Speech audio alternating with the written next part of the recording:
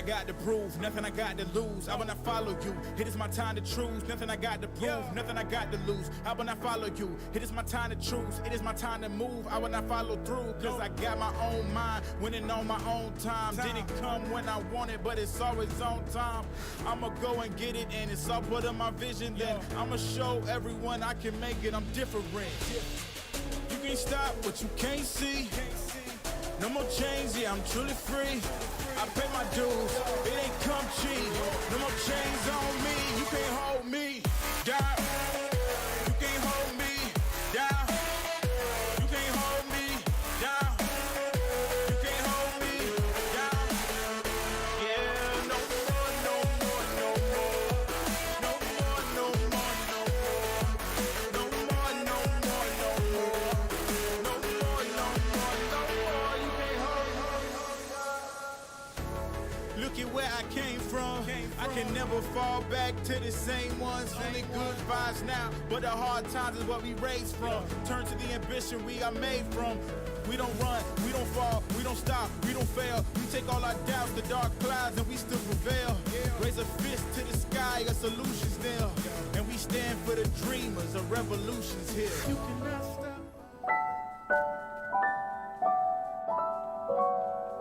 Gaming Morning Show. Things put on pancakes and rhyming bear intros. Austin confused about whose sister married the bros. In the UK, dooley-doo tugs on our heartstrings.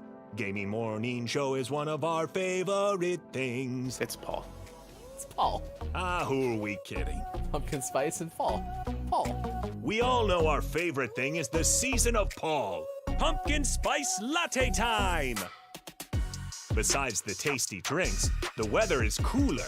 We get the most time where it's cooled off, but it's not always rainy. Sometimes it's rainy for part of the day, but then it dries up and it's just a nice, cool, cloudy day. I like that.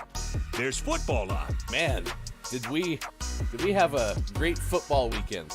Both of our teams performed to the tippy top of their tippiest top of performance, and boy, football is fun. That's gotta be enough for all of the hosts of Gaming Morning Show, right? Right? Okay, so when Club Penguin changed, they changed everything. They got more mainstream, and I wrote them an email. I was like, it would be really nice if you guys could go back to the way things were, because the original Penguins, we really miss it. I speak on behalf of all of the OG Penguins, and we all are really upset. Right, you've changed, man. You're the Lorax for Club Penguin. I was. I speak for the Penguins. Well, penguin begins with a P.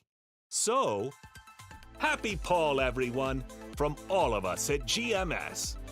Broadcasting live from Redner's Rescued Cat Figurine Museum in Menominee Falls, Wisconsin. When Sean Redner told his wife, Hillary, that he wanted to turn their Wisconsin home into a museum of cat figurines, she had a predictable response. We're gonna do what? We'll do that some other time, huh? Okay then. Broadcasting live from the same places they've been since 2020. It's time for Gaming Morning Show. Morning, gamer. Welcome in. It's Gaming Morning Show. Thanks for being here. It is the Tuesday edition on October 4th, 2022. We're excited. Facebook Gaming, Twitch, YouTube, and at gamingmorningshow.tv. That is sports.gaming to the left side of your screen. I'm Hefty Goof. It is good to see you. 3 hours of fun, mischief, and shenanigans scheduled for you all the way up until 9 a.m. Pacific time. You did sign on for the shenanigans, right? I'm always here for the shenanigans. Okay. Mischief? Yeah. The other one I said? No. Good. Never that one. That's why I blocked it out of my mind. Me too. It is kind of interesting how quickly information enters and leaves my brain. It's there for a second, then it's gone. And it's gone forever. Well, we used it. It was set into the air and it's over. So don't need that anymore. Where did I put that thing? Oh yeah, well it's gone now, so it doesn't matter. We used it. Shillelagh Shenanigans. Whoa, Bob. Damn. Good morning. It's good to see you. Thank you for being here. This is a morning radio show that plays games. Coming up, we are going to tell you a story of a bear that visits California to eat some trash and swim in the pool. Nice night out for the bear. Nice. we also have a Hocus Pocus musical, apparently headed to Broadway. Do you remember how I used to be like, Winifred, Mary, the other one, And Peggy. I recall. the Sanderson sister? It's closer than we thought, is what I'm trying to say. I'm pretty sure. If they rip that off, they're going to get sued by both Lin-Manuel Miranda and you. I have this imagination that says, I bet Lynn's going to be fine with it. Now me, I'm going to bring the hammer. But I speak for Lin-Manuel Miranda, so. And Peggy, for that matter. Thank you for being here. It's good to see I am JF Downs in the chat this morning. Was here right at the beginning. First! And right afterwards, Scott Chick, good morning. First! It is good to see you. Thank you for being here for this morning radio show that plays games, and you have it right. Down says, hey, it's Tuesday, the day of GMS Tuesday nights. Our new program, Tuesday Nights, debuts coming up at 8 p.m. Pacific time. Tonight, the Element of One, hey, it's Brendan TTV, and VG Did Try are going to join us for a night of board games and fun. We're going to play the game of life. It should work okay. I feel horrible. But yesterday, you were so kind as to figure out why the hell you would go to Countryside Acres or whatever. What were the reasons for going there? The Countryside Acres, you have less chance of a big payout, but you have less chance of losing a bunch of money. And I don't remember it was more of a guaranteed small gain, whereas the other one, you had a chance of getting a bunch of money in retirement, but also had a chance of losing like everything in retirement. Oh, I'm going to Millionaire Plaza or whatever it's called. Yeah. Full stop. So that's why. We're playing a board game. It's like playing Press Your Luck and not trying to spin the board. You spin on the board and you don't have enough whammies or however that game works. I think like when you got 4 whammies, you were done, right? No idea. Great. Happy we settled that. Drew Megan's here. Good morning. It is nice to see you. Thank you for being here on this Tuesday. Nice chat. So that's coming up. GMS Tuesday night starts at 8 p.m. Pacific time. We'll see how it goes. If you are interested in GMS Game Night, that's tonight's episode. Next week, we play GMS Fudge with the return of Resident Evil Village or Fudge Village. So that'll happen at 8 p.m. Pacific time. National Cinnamon Bun Day. National Golf Lovers Day. Otherwise, at least known in some circles, National K-Laugh Day. National Vodka Day. He drinks a lager drink. He drinks a vodka drink. He drinks a cider drink. That was one of those songs where I had the lyrics wrong for years. Right. There's four in that sequence, and I had one of them completely wrong. And so now I feel like the reason that I always bring it up is because I'm so proud that I have the lyrics correct now. It's little things in life, y'all. Little things. Speaking of that, it's National Eat Fruit at Work Day. We need to have a day of the day for National Eat Fruit at Work Day. Do I have to wait till I get to work, or can I have a banana on my way to work, or? For today, only it doesn't say National Only Eat Fruit at Work Day. So yeah, you're fine. You're actually fine. Okay. Now that I think about it. Some deep thought that I just put into that. So let's know what your opinion of the following topic is, though. And I'm wondering how quickly we'll see the likes of King Gray in chat. But today is National Taco Day. So we're asking you, where are the best tacos? Pretty simple. I've had lots of good tacos in my life. I feel like our homemade tacos are pretty good. The tacos at the resort we stayed at in Cabo were also pretty darn good. I don't remember having many bad taco experiences, which makes me think they're actually all pretty good. Yeah. The only complaint I ever have about tacos is where you go to eat them and they're a corn tortilla. And the moment that you start to fold it, it snaps. Like not the hard shells, but like the soft corn tortillas, and they start to crack, and then things start to ooze out the bottom. Sure. Because if you take a couple bites and then they start to fall apart, like I get it, right? but it's that first like little, okay, I'm gonna pick them up off the plate. Oh no, they're crumbling. Yeah. And It is that kind of obnoxious. and that doesn't happen very often. So it's got to be like they're pretty good. What's your favorite taco filling? Like, do you have a primary go-to when it comes to what goes in the taco? Nope, I like it all. We do ground turkey a lot, and that's pretty tasty as a standard, at least for home. But I'm not opposed to ground beef every once in a while. Chicken's delicious. Carnitas, top notch. Pulled pork, shrimp, Ooh, fish. veggies. I'll do it all. Yeah, fish tacos. Yeah. So carnitas is my answer. Like the very best thing to go into a tortilla is carnitas. However, like if a fish taco, it's got like really good seasoning on it, that's pretty top notch too. So That's awesome. It's so good. Scott Chick says, so 4 a.m. GMT, can I be awake at 4 a.m.? I have no priorities tomorrow. How important is sleep? And then there is always naps. Much to consider. That's some internal contemplation. I'm happy it came across through the microphone. The reality is we apologize that we couldn't make it a more convenient time for those watching GMS Tuesday nights in the UK. But that's the only time that Sean and I could figure out how to do it consistently. So the good news is, if you would like to see a tried and true method for watching this new radio show, no, this isn't a radio show, a new program, you can talk to I Am JF Downs, because JF Downs, I think, has a good strategy. It's a good bridge between GMS programming, like gaming morning show to gaming morning show. So don't want to make you stay up, but if we see you at 4 a.m. GMT, Wouldn't be sad. yeah, we'll be very eager to say hi. Hi. Downs goes VOD, VOD, VOD, VOD. Thank you for being here. Drew Mega says, not sure I can claim it as the best taco joint, but I had a very good I had very good tacos in Las Vegas at a place called El Gordo's. Very good. Nice. I will admit, like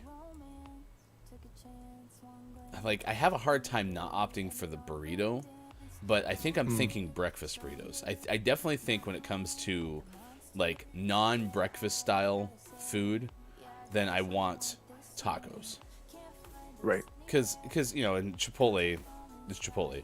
Like, I'll rarely order the burrito there. I'll get more of the burrito bowl. But when it comes to like there's this place called, gosh, Wallstormer took me to it in Portland, Los Gordos or something like that, and the breakfast burritos they had, they were like the kind that they wrap them all up and then they kind of press them down. That was top notch. Yeah. Yep. But yeah, They're I all think so good. I think I'll go tacos, especially like corn tortillas. If someone makes good corn tortillas, then I'm on board, because normally I don't like corn tortillas. So Were you dining with us the night I made homemade corn tortillas? I feel like the answer is no, because A, that's probable. I often sometimes miss, midweek dinner events. And B, I think I would remember them more vividly. I think you would too. They were delicious. They turned out really good. I'll have to do that next time we do tacos. How does one make homemade corn tortillas? You just need some masa, sometimes some lard, sometimes some oils, sometimes some water. And you just make a dough and cook them up. It's pretty easy. Time consuming, but not complicated. But what's the masa part? It's like you take cornmeal and make it flour consistency. That's all. Okay. This might sound silly, but is there pre-packaged masa? Yeah. Okay. So you don't have to make that conversion yourself. No, you just go to the baking aisle right next to the flour. There's masa. Okay. All right. See, it's so interesting to hear you say they're not complicated. They're just time consuming. The time-consuming part's the part that I don't like complex. So yeah, okay, that makes sense. Never mind. Just Hefty's brain took a second, but I understand what my hang-up is. What I'm trying to say, Chad, is get yourself a brother-in-law who makes homemade corn tortillas. Because you also make homemade pasta. Yeah, it's also delicious. And not complicated, but time-consuming. Yeah.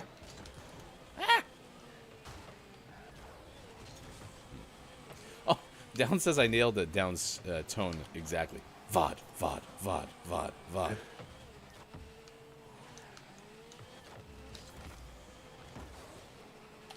Well, and that's what I hope too. Is a lot of the shows that we make, including this one, if you cannot watch live, it's still something that's enjoyable to catch on the VOD. So, yeah. Mm-hmm. And if we ever do go to the podcast route or something along those lines, being able to listen to it audio only format, downloadable MP3. Like I hope that would be the case, because we know that everybody can't be in certain places all the time, and hopefully would be something that you could listen to after the fact as well.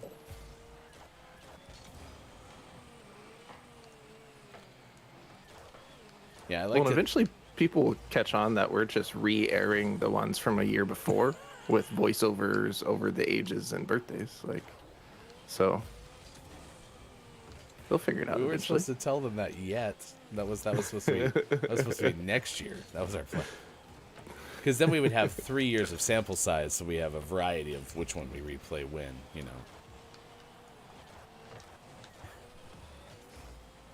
It's kind of sad to think, though, that you might be able to get away with some of that stuff where it's like, oh, here's another natural disaster, because those things keep happening, and, the Mets blew a playoff run again, right? Like, be a little awkward. Happy birthday to Dame Judi Dench, who turns 84 years old. It'll be really awkward when celebrities pass away, though. Happy birthday to Dame Judi Dench, who is, rest in peace, years old. Oh no. We could just have our nice shot. No, we could have our almost like canned response to somebody passing away. It'd be like, oh no, never mind, they're no longer with us. But then the next one picks up where it's like, Earth Day to, because we took too long to cover it, and so then we're cutting off the next person. Also, how many times are they going to release GTA 5, am I right? For the Gaming Morning Show, Morning Gaming News. I mean, people would definitely pick up on that then. Right. Sony announces a remake of a successful game. Microsoft acquires a new game studio.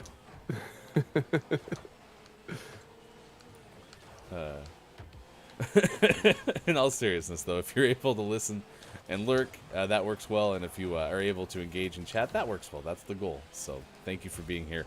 Good morning to the Element of one of tonight's guests for GMS Tuesday nights, GMS Game Night. We're going to be playing the Game of Life. Pretty sure it'll work. Nice thing about a lot of board games is if it doesn't work, one of us can roll for all the other people, and we'll figure it out. But yeah, Element was streaming last night. I was not terribly familiar with the game that Element was playing when I tuned in around 9 p.m. Pacific time. But it was fun to listen to Element. Looked great in the Steelers knit cap. I always call those stocking hats. Is that something that other people call them too? That's a term I've heard, yeah. Okay. I don't think that's abnormal. For my whole life, those have always been stocking hats. But I've heard knit cap and some other terminology for it. So. Beanie? Yeah. It was good looking though. It had. Listen, the Steelers colors. I don't love the Steelers. I actually don't disdain the Steelers either. It's interesting because the Steelers and the Patriots have the most Super Bowls in history, and the Patriots have gotten most of theirs very recently. The last 20 years, of course. Wow. But for some reason, I actually don't despise both of those teams. So, credit for me, I suppose. But I will say the Steelers' color scheme, black and gold, does look good. It is. It's classic. Yeah. Some would say like silver and black's a good looking scheme, but that's a horrible garbage scheme. So.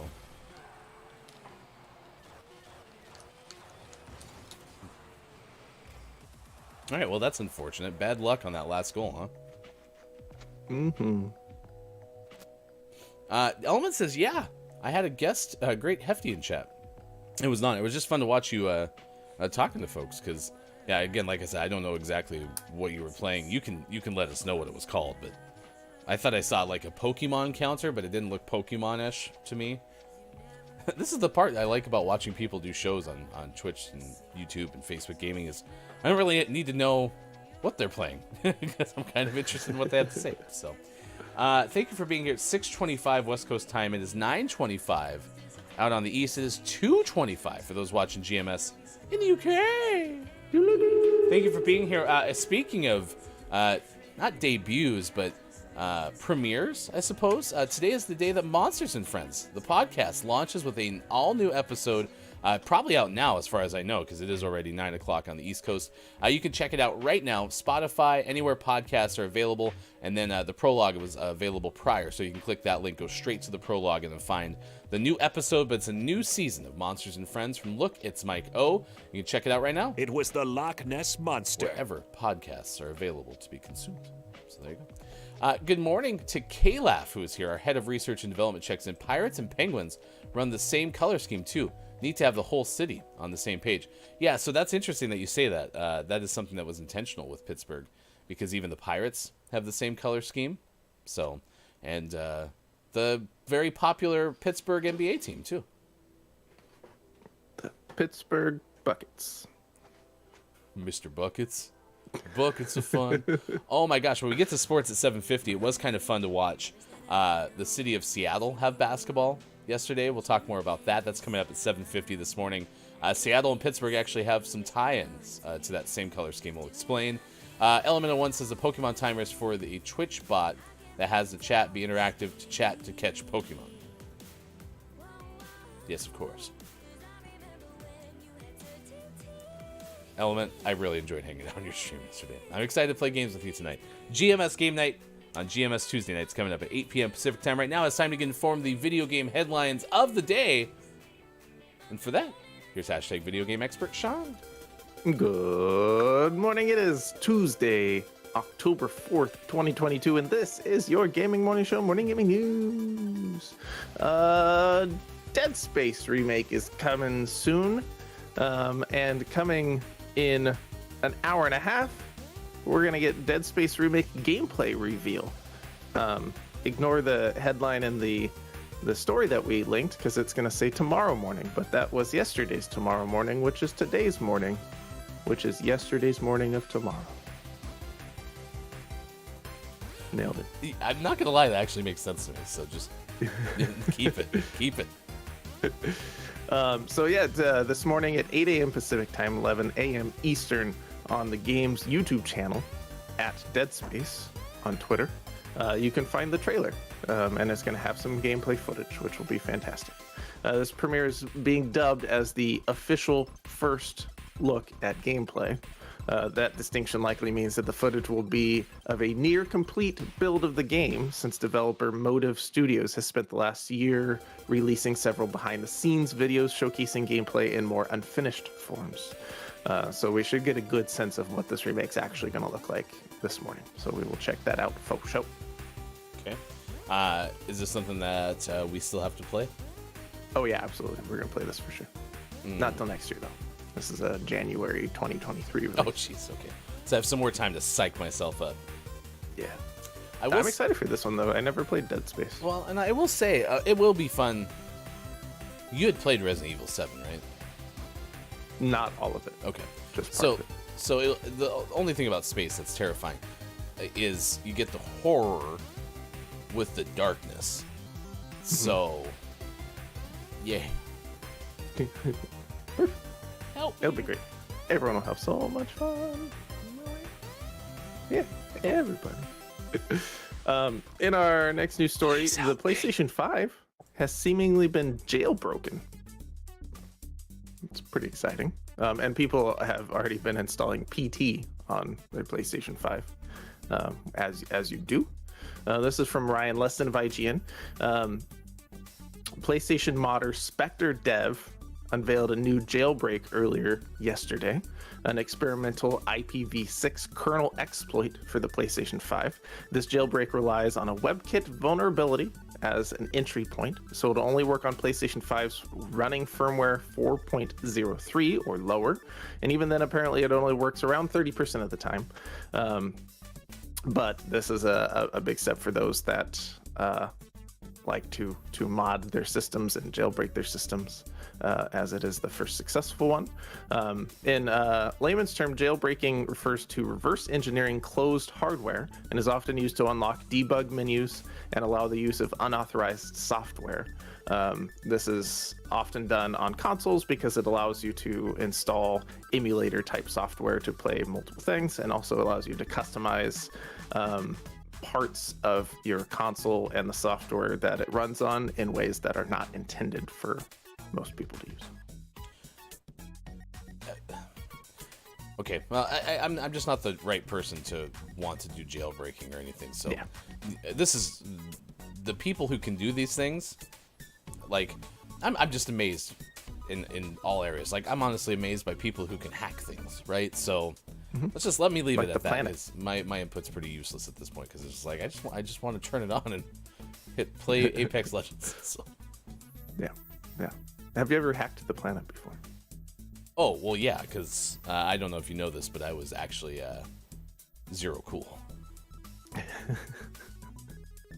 I too feel like I'm zero cool sometimes. You're cooler than zero. Your acid rating. In our next news story, Xbox not being jailbroken, but are going out of their way to launch an entire website to show the benefits of its Activision Blizzard buyout. The deal has been widely scrutinized, including in legal senses. My story is gone. Story, I don't come want to. back. I don't want to apply for benefits. That Xbox, feels like scam. Microsoft is like, listen, there's nothing to see here. Just proceed. Just move along. All right, here we go. Microsoft has launched a website to show the benefits of Xbox's acquisition of Activision Blizzard, which, as I was saying, has been scrutinized. The website outlined Xbox's, quote, vision for gaming and states what it claims are the benefits of the $68.7 billion deal for players, game developers, and the gaming industry as a whole. According to Xbox, it will lead to more games on more devices, more choices when it comes to purchasing games, and more variety for mobile gamers. Interesting. I guess I actually didn't realize that it was still, people that still were feeling kind of icky about it. So I guess I'm surprised that they needed to launch a website. I didn't realize where they were in the realm of public opinion still. So, well, and they're still dealing with the more of the legal side of things to get everything approved and gone through. So I think they're taking any chance they can get to spin the story in their direction to make sure everything proceeds according to plans. So they're trying to put people out in kind of like a metaphorical blizzard to kind of, mess up their Activision about the deal.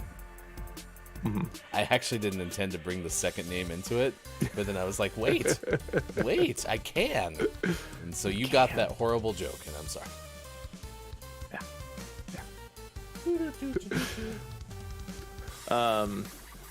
Yeah. So we'll continue to keep an eye on the proceeding acquisition. The what? The proceeding. You said it was proceeding.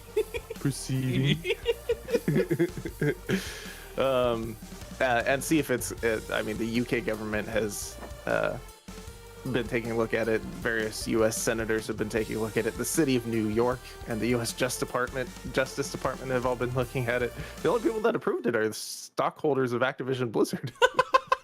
Interesting. Wonder why that might be. We're good with it. Proceed. And always last but never least, we finish off today's gaming morning show, morning gaming news, with the world-renowned segment within a segment where we take a look at what is out today, like 1428, Shadows over Silesia, out on PC.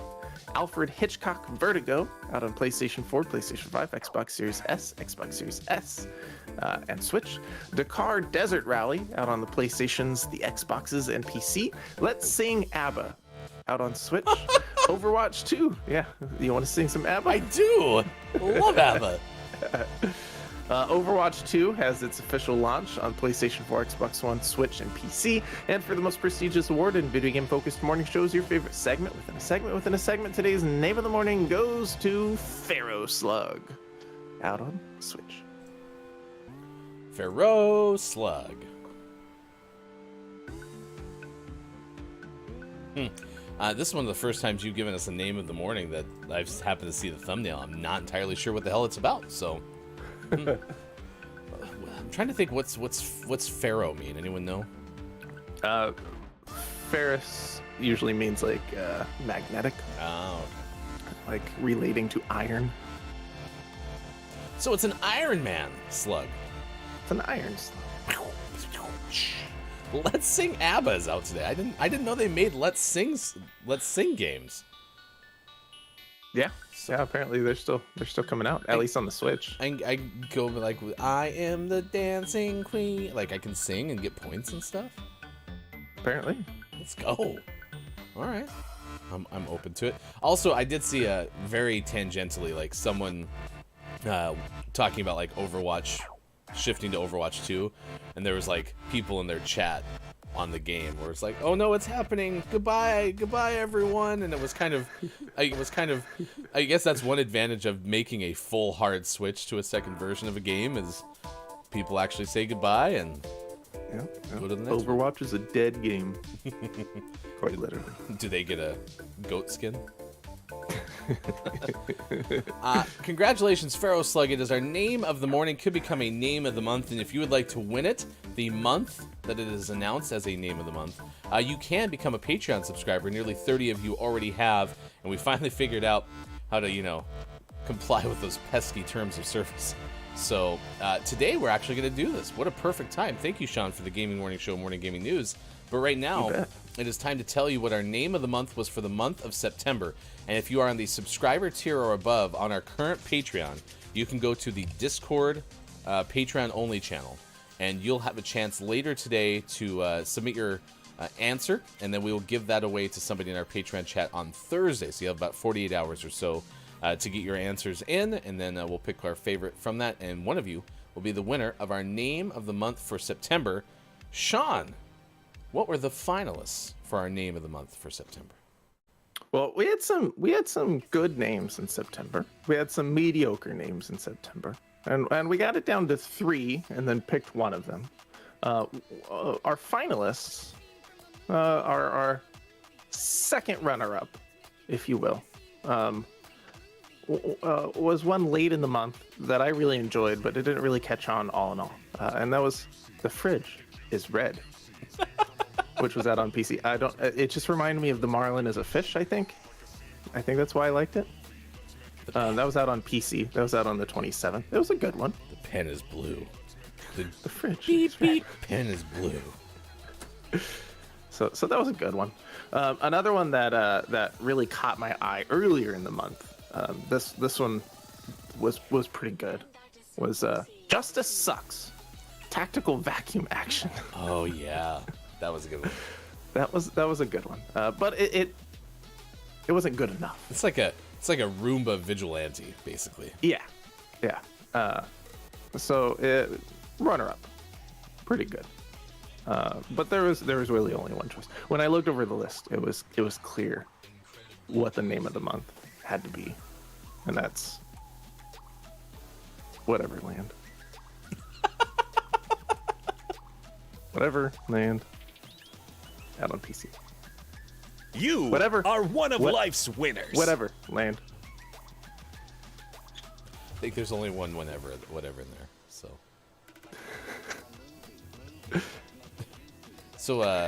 you want to go to Whatever Land with me? Whatever. man. Congratulations, Whateverland. You are our name of the month, and you are going to be won and owned by a specific winner of the name of the month. That is our Patreon subscriber opportunity that you can find in the Patreon-only Discord. I'm kind of hesitating because I'm keeping an eye on the frames because I'm concerned that the internet connection is starting to go down. Don't leave us. Don't you do it. I know we're kind of stuttering. Don't quite know why. Stay with us now. Never let go. Never Whatever. Man. I am JF Down said the fridge is red, as in like knows how to read books really well. The fridge is well read. Oh, gotcha. Interesting. All right, good stuff. Congratulations to our name of the month for the month of September, Whateverland, and it will be eventually available for you to win in our Patreon-only Discord. Check it out, coming up a little bit later today. Thank you, Sean. You bet. All right. Also, when I looked up stuff about Whateverland, I kept reading the developer as Calgary Games. Which it's close, but it's not quite Calgary Games. Made me excited for hockey. Drew Mega to the Activision Blizzard story says, wants to show the benefits? Have a game showcase announcing major new titles from the devs and publishers. Simple. Ugh. Apparently they're still going through a lot of the paperwork to get that thing completed. Scott Chick's going to need your help. We'll talk more about that here in just a moment. But right now, You can news if you wanna. we got to tell you about a story that we're tracking on this morning radio show that plays games. Thank you for being here. Today, we need to tell you about a bear that visited a California home to eat trash and swim in the pool. I don't get the impression that this bear got inside, so I don't think we get to play our favorite sub game, which is was the door unlocked? Right. You can throw me a guess if you want to. Was the door unlocked? Probably. Okay. I don't think we're going to need to worry about it, but your answer's locked in kind of anyway. This from Ben Hooper of UPI. A bear paid a visit to a California home and was caught on camera feasting on trash. Also took a dip in the house's backyard pool and hot tub. Oh, it hit both of them, huh? Gotcha. Wow. The couple who lived at the house captured video of the bear spotted wandering around the couple's home on Sunday. The person said the bear had been spotted in the neighborhood multiple times since Labor Day, and the video, filmed from inside the house, shows the bear, which the couple has nicknamed Baloo, eating trash and pomegranates before making its way to the backyard. The bear then took a swim in the pool and spent some time in the hot tub before leaving the area. Quote, obviously, he's a dangerous animal, so we have to be careful, especially with our dogs. But we have been told by our security that animal control will not come unless we are in immediate danger. I feel like if I go in my backyard, I'll be attacked by a bear is pretty immediate danger. Like, do they have to wait until they're actually engaged with the bear? They're actively getting attacked? Because that seems kind of silly. Exactly how far into the bear's mouth do I need to be before he'll dispatch animal control to me? Animal control, I have good news and bad news. Good news, you can come now. Bad news, one of my arms has been ripped off. Is that immediate danger enough for you? Well, I got away. Oh, sounds like you're not in immediate danger anymore. We're turning around. I like this instance because this is where I didn't pre-read the story, and the part that we cut out ends at unless we're in immediate danger, and that's the cliffhanger we're leaving you on. Will the couple survive the bear? He sounds like a pretty fun bear. Baloo! Like he's just hanging out, eating some trash, going for a swim, And- soaking in the hot tub. And the hot Like, tub, yeah. Sounds like my kind of bear. That's a bear type bear if I've ever heard. Oh crap! We didn't say hi to Bear. Bear Leviosa. Oh, it worked. It worked. It's a levitation spell for the blind. It's for the window coverings. Thank you.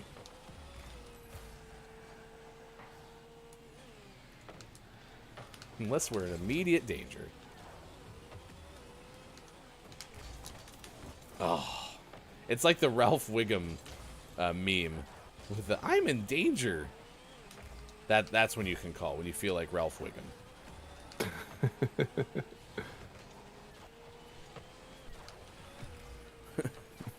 There's something strange in your neighborhood, and you're in immediate danger. Who you gonna call? Animal control. All right, we were talking about spooky games because GMS Tuesday Nights debuts tonight. We're going to have GMS Game Night with Hey, It's Brendan TTV, The Element of One, and VG Did Try. We're going to play the Game of Life.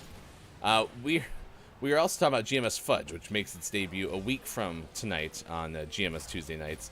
And this has been the long-anticipated return of Sean and me playing Resident Evil Village, because we last played a long time ago. And I don't think, honestly, Sean, I quite realized just how long it's been, but it's been a long time. Well, and we started the game for Halloween last year, didn't we? Yeah, it was part of our Halloween event. And, yeah, we just kind of couldn't figure out consistently how to play it. Or at least this is probably a me thing. Sean was probably ready to go. Just got to flip the switch. So we should be able to play it, no sweat. We'll let you know if we run into any problems for next Tuesday night. But as far as that goes, GMS Fudge makes its return, and we can all go back to the wine room. Count me in. Count me in. All right, here's the reason we bring that up, though. Scott Chick says, Sean, I need to talk tactics if you have played, which Sean has, Resident Evil 7. I have been forced into playing it. I've been there before, Scott Chick, and I'm scared. Any pointers, tips, Sean, much appreciated.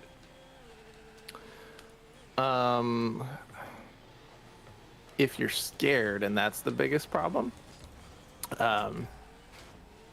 the two things that help. One is the more you play into it's scary and I'm going to go slow because I'm scared, the scarier it seems. If you just rush into things, sometimes that's actually better. And number two, the more you make fun of it and laugh, the less scary it feels. I'm a little surprised your advice didn't start with have a little buddy who can hang with you and yell the whole time. And that does help too, because the more scared Ryan was, the funnier it was to me. Good. Happy I could entertain you. I did like when we got to the point where I would yell fudge or do something that scared because I was scared and it would scare you. Yeah. My jump scares were you screaming.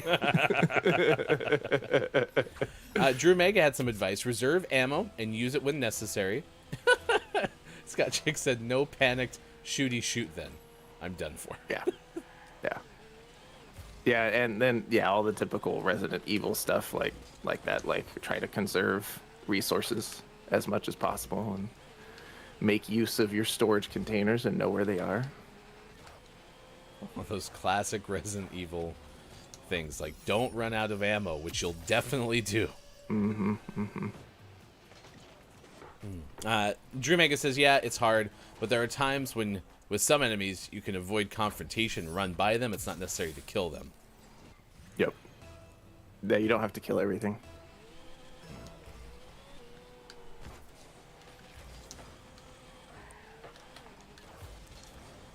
You don't have a hot tub, right? No, I have access to a hot tub. So Bear's not like accessing that hot tub, right? I mean, it's way across town at my parents' house, so I can't completely rule it out, but it would be quite a stroll for Bear. Would it be an incredible journey? Yeah, it would be. He would, as soon as he got there, he'd have to get in the hot tub for just a couple minutes, and then he'd have to turn around and be homeward bound. Yes, he would. Good morning to King Gray. It is good to see you. Thank you for being here. Nice chat! Element 1's taking a lurk. Thank you for being here this morning. All right, it's time to ask you our question of the day, which has to do with National Taco Day. Where are the best tacos? We talked about Sean's kind of combination of makes pretty good homemade tacos, which I agree with. And then also anywhere that you can get kind of like the street taco mix It's pretty okay. Ease that on in there.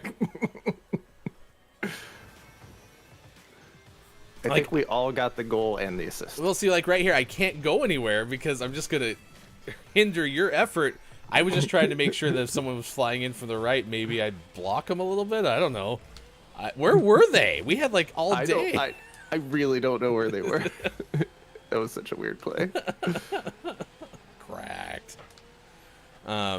So yeah, I think we got into carnitas is my favorite taco filling, bar none. And then what's the other one? Oh yeah, fish. I do like fish tacos. It has to be crispy fish. I do like grilled fish in general, but not as a taco, ingredient. Yeah, the crispy fish is way better in a taco. Better texture. Kind of like what you'd get like from a fish and chips. Yeah.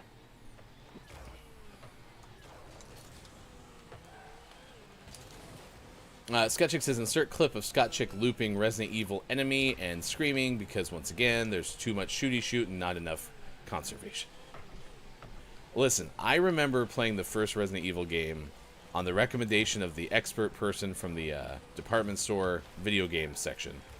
I laugh to this day now knowing that the folks who work those sections aren't necessarily specialized to that section. Sometimes they are. Sometimes they're very, versed in the stuff that they're selling, but that's not necessarily always the case. And I walked up like I was talking to somebody who was a sommelier for video games. I was like, hi, yes, my name's Ryan. I happened to be like 13, I think, at the time, maybe 11. I'm wondering what game do you recommend for a 1995 PlayStation? And then he looked down, and the first thing he saw, Resident Evil's pretty good. I actually think it was somewhere between that and like just a little bit better than that. It wasn't much more. So, yeah. So I bought Resident Evil and played it, and I remember I would just run out of ammo. I never beat the game because I'd run out of ammo all the time. Mm-hmm. It's tough. What a neat experience. I in our playthrough of Village, I didn't run out of... I felt dangerously low in ammo, but I kept running out of backpack space. Yeah. That was my problem. Yeah, it felt like there was not enough slots for that one. Yeah. It felt like as soon as we got a backpack upgrade, 30 seconds later, we were running out of space again. Didn't like it. Thank you for being here. This is a morning radio show that plays games 6:52 West Coast time. It's 9:52 out east, and it is now 2:53 for those watching GMS in the UK. A reminder, tonight, 8 p.m. Pacific time, you can see it in the middle of your screen. It is GMS Tuesday nights. We'll have GMS Game Night with Hey, It's Brendan TTV, The Element of One, and VG Did Try. We're going to play the Game of Life and see who can Game of Life better than the other. So, live it up. Life it up. I'm going to be the salesperson. Would you like a Resident Evil game? Just, what do you recommend?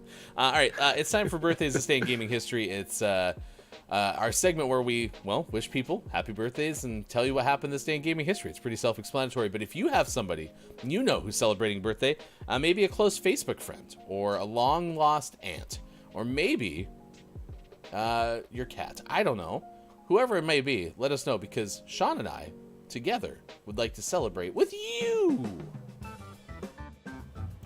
Oh yeah, this one kind of has the super bad feel. Yeah, I'm a big fan of this one. I have parsed them down. We have 8 birthday tracks now. So, and some may get on the chopping block again, but I like this one. It's kind of funky. Yeah. All right, celebrity birthdays today. Actress Susan Sarandon turns 76. Susan's daughter, Eva, is also an actress. Okay. I think that's becoming my least favorite fun fact, even over the once appeared in an episode of Friends, because it has less to do with the person who's celebrating the birthday. Yeah. Especially when it it's just always leads to more questions.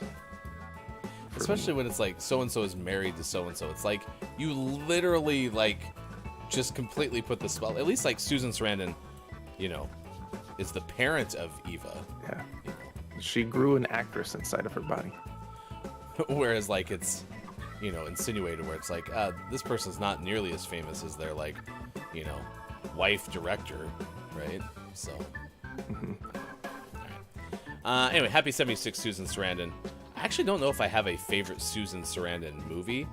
I've never seen Bull Durham, which is one like I know a lot of people bring up. So, yeah. Actor Christoph Waltz turned 66.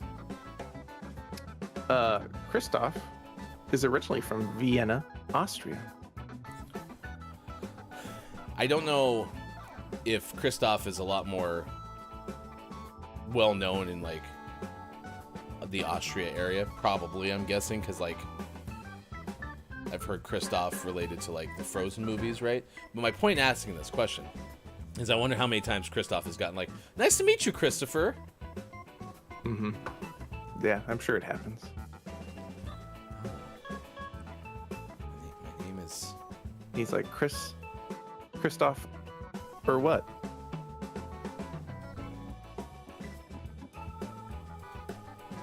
I have his Wikipedia page open, and we don't have to play the game. But he is only allowed to have 2 awards in each category. He has 2 Academy Awards, 2 British Academy Film Awards, 2 Screen Actor Guilds Awards, and 2 Golden Globes. What do you think he's going to next? You can't give Christoph too much power. Only 2. Liev Schreiber turns 55 today. Oh, Actor. I love him. And he's the narrator in the current season of Hard Knocks, featuring the Detroit Lions. Oh, okay. I can't remember who did the Americas game this year for the Rams. So the kind of the recap of the last Super Bowl winning team. But it wasn't as good, but Liv has done that before too. Yeah. So. By the way, I didn't watch Hard Knocks this year at all. Oh, I know. Pretty good. Usually look forward It was to that. pretty good. Actress Alicia Silverstone, who was last seen in a picture with Susan Sarandon at the top of this birthday list, is Interesting. also celebrating her birthday today and turns 46. She recently appeared in an episode of American Horror Stories. Horror. Horror Stories. Roar. R-O-R. Horror stories. You're not going to be surprised to know this. I've never watched that. Weird. If it wasn't for my whole philosophy, like, I don't like to be scared, then I would watch it. But I'm not a fan of horror. Actress Rachael Leigh Cook turns 43. She's appeared in multiple national ads as a kid. Nice. Good for you, Rachael Leigh Cook. Let's see. She's All That was where I remember her most from my childhood. She's been in the television series Into the West and Perception, has been often behind various characters like voiceover-wise, including Robot Chicken, has been in the Final Fantasy series. Last film, though, was in Spirit Halloween, the movie, and He's All That, and Love Gary. So it's still very much acting. So, Wow. was on Celebrity Wheel of Fortune in 2021. Who knew? Let's see. Actress Melissa Benoist turns 34 today. Benoist. She had a small role in Clerks 3. Okay. And actress Dakota Johnson turns 33 today. She's set to play Madam Web in the Spider-Man spin-off film. There's a Spider-Man spin-off film? Apparently. Okay. With Madam Web. Spider-Man. More webs. Singer Leigh Pinnock of Little Mix is 31. I bring that one up because their name starts with Leigh, and it's Rachael Leigh Cook. Why did I say it that way? When I say Rachael Leigh Cook? Leigh? Uh-huh. Cook? Uh-huh. Now I'm confusing myself. Anyway, this singer from Little Mix is 31.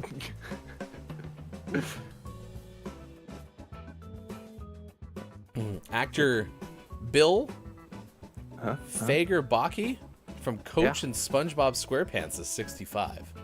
Yeah, I was going there too. Yeah. What character in SpongeBob do you know? He's Patrick. Oh. Patrick Star. I bet I know this person. I'm gonna look them up. Yeah, absolutely. Just think of like one of the 3 characters from Coach. But is he the assistant coach? Yes, he yes. is. All right. Cool. All right. Actor Wendy McKenna from Sister Act films is 64 today.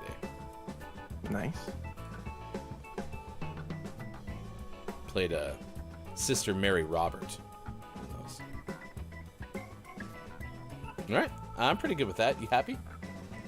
Yeah, I think so. All right, let's pivot over to this day in gaming history. We'll find out what happened on October 4th in the past. And that includes 1995, Nintendo releases Super Mario World 2, Yoshi's Island. Oh, Yoshi's Island. Okay, yeah, Super Nintendo. I was like, there was a Super Mario World 2? Yeah, it was a prequel. My son has been watching YouTube videos of Super Mario World 3D for Switch.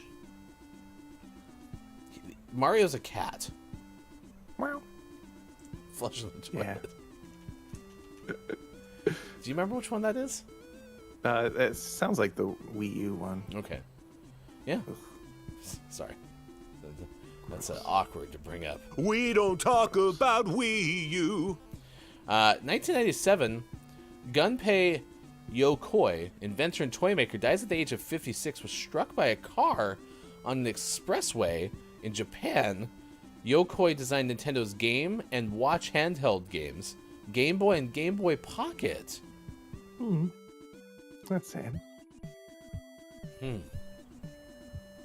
Rest in peace. 2002, Majesco Sales releases the Blood Rain video game for PlayStation 2. The name of their division was Majesco Sales. That's kind of funny. 2004, Nintendo releases Mario Pinball Land for Game Boy Advance. That same year, Midway put out Mortal Kombat Deception. In 2005, Ubisoft, don't call me Ubisoft, releases the Brothers in Arms Earned in Blood game. And that same year, Capcom put out Mega Man 04 for Game Boy Advance. 0, the number 4. 2005, Konami puts out Castlevania Dawn of Sorrow. That same year, Atlas put out Trauma Center, Under the Knife. All these came out for Nintendo DS. It's almost like the Nintendo DS was like recently made, maybe? I don't know. 2005 could have been. Yeah, sounds right. Trauma Center was great. Oh, really? Both for the DS and for the Wii. Beep. Beep. Beep. Beep. Trauma Center. You got to do surgeries. Beep. Beep. Scalpel. 2009, Nintendo put out Wii Fit Plus. That was for Nintendo Wii. 2011, Namco and Bandai together forever. For Dark Souls, put that out for Xbox 360 and PlayStation 3. In 2011, Bethesda released Rage for PlayStation 3 and Xbox 360. Nice. All right. Good morning. It's great to see. Hey, it's Brendan TTV says. The more we say, Nice chat. the more we say horror, the worse it sounds. Horror. Just got to be very, very clear. She was in a horror film. Scary movies. Last night I saw a film.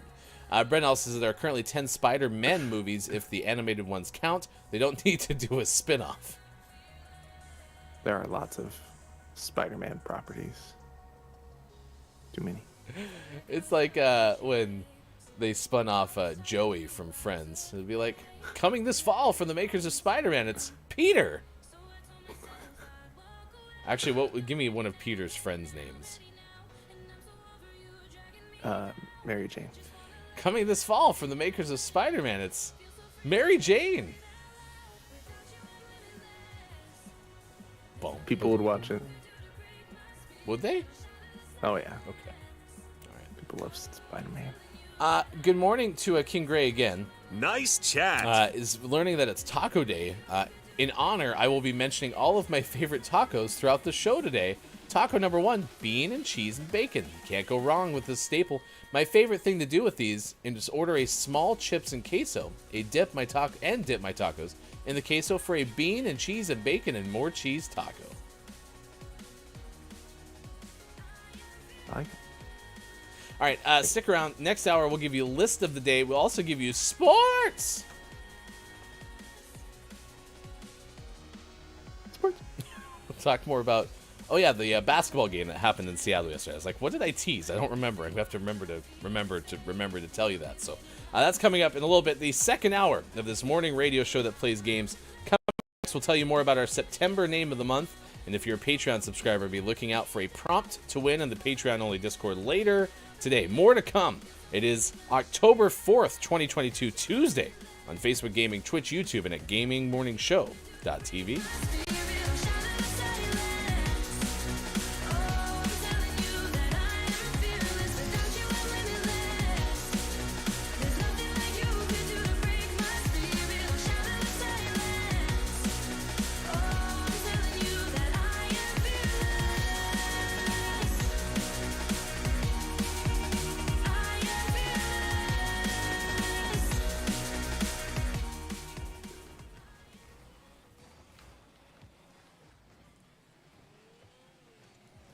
So, Vendetta, I gotta ask them, what makes you want to have the cat with the microphone? Like, what's a use case for that? You got someone you got to keep tabs on, Vendetta?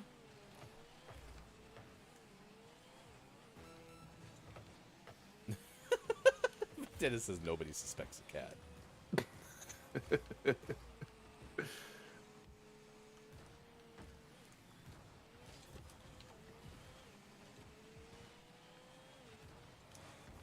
What's that cat just sitting there licking its bottom, but pointing its mouth straight at us?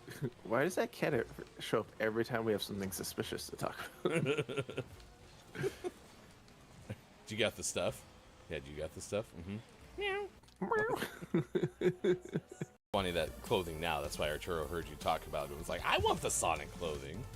He's a big fan of the Sonic the Hedgehog. There's like a pretty awesome looking blazer, like old school Sonic blazer with like red bordering in these pictures. Yeah. So,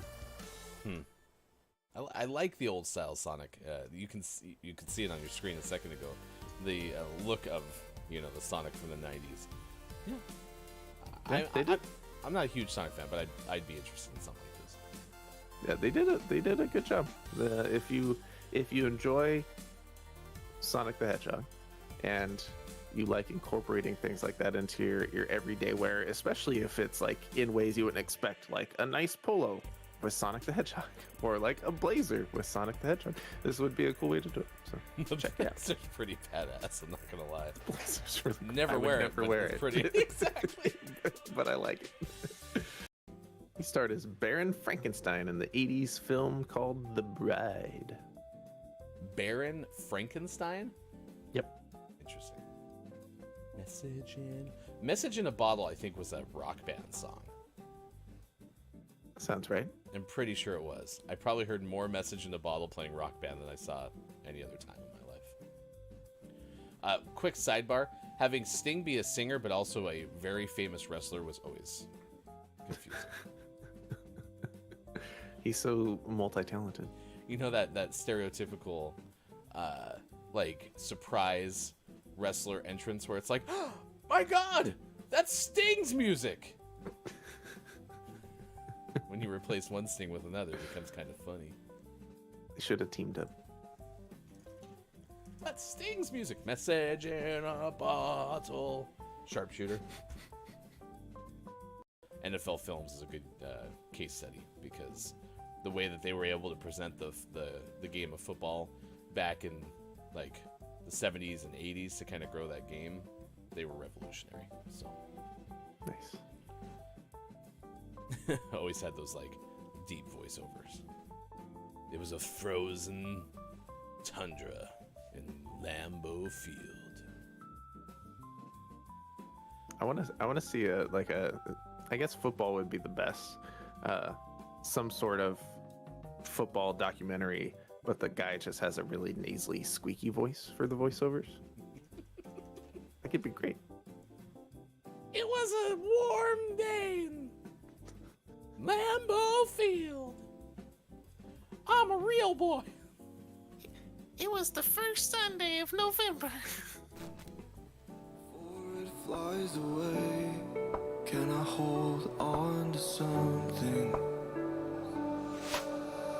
Never thought you would come.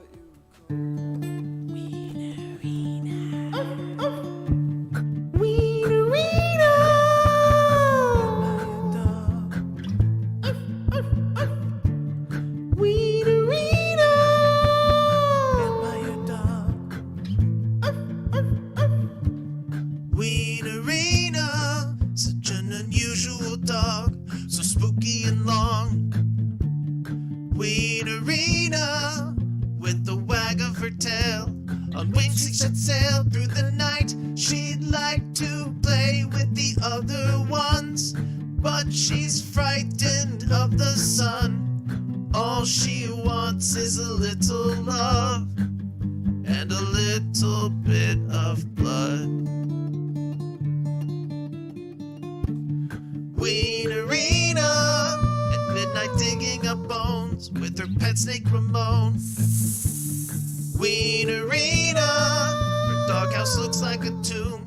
By the light of the moon she sneaks out. She'd like to fetch a ball and play, but the children see her and they run away. Hear her barking in the night. All she wants is love and a little bite. Wienerina.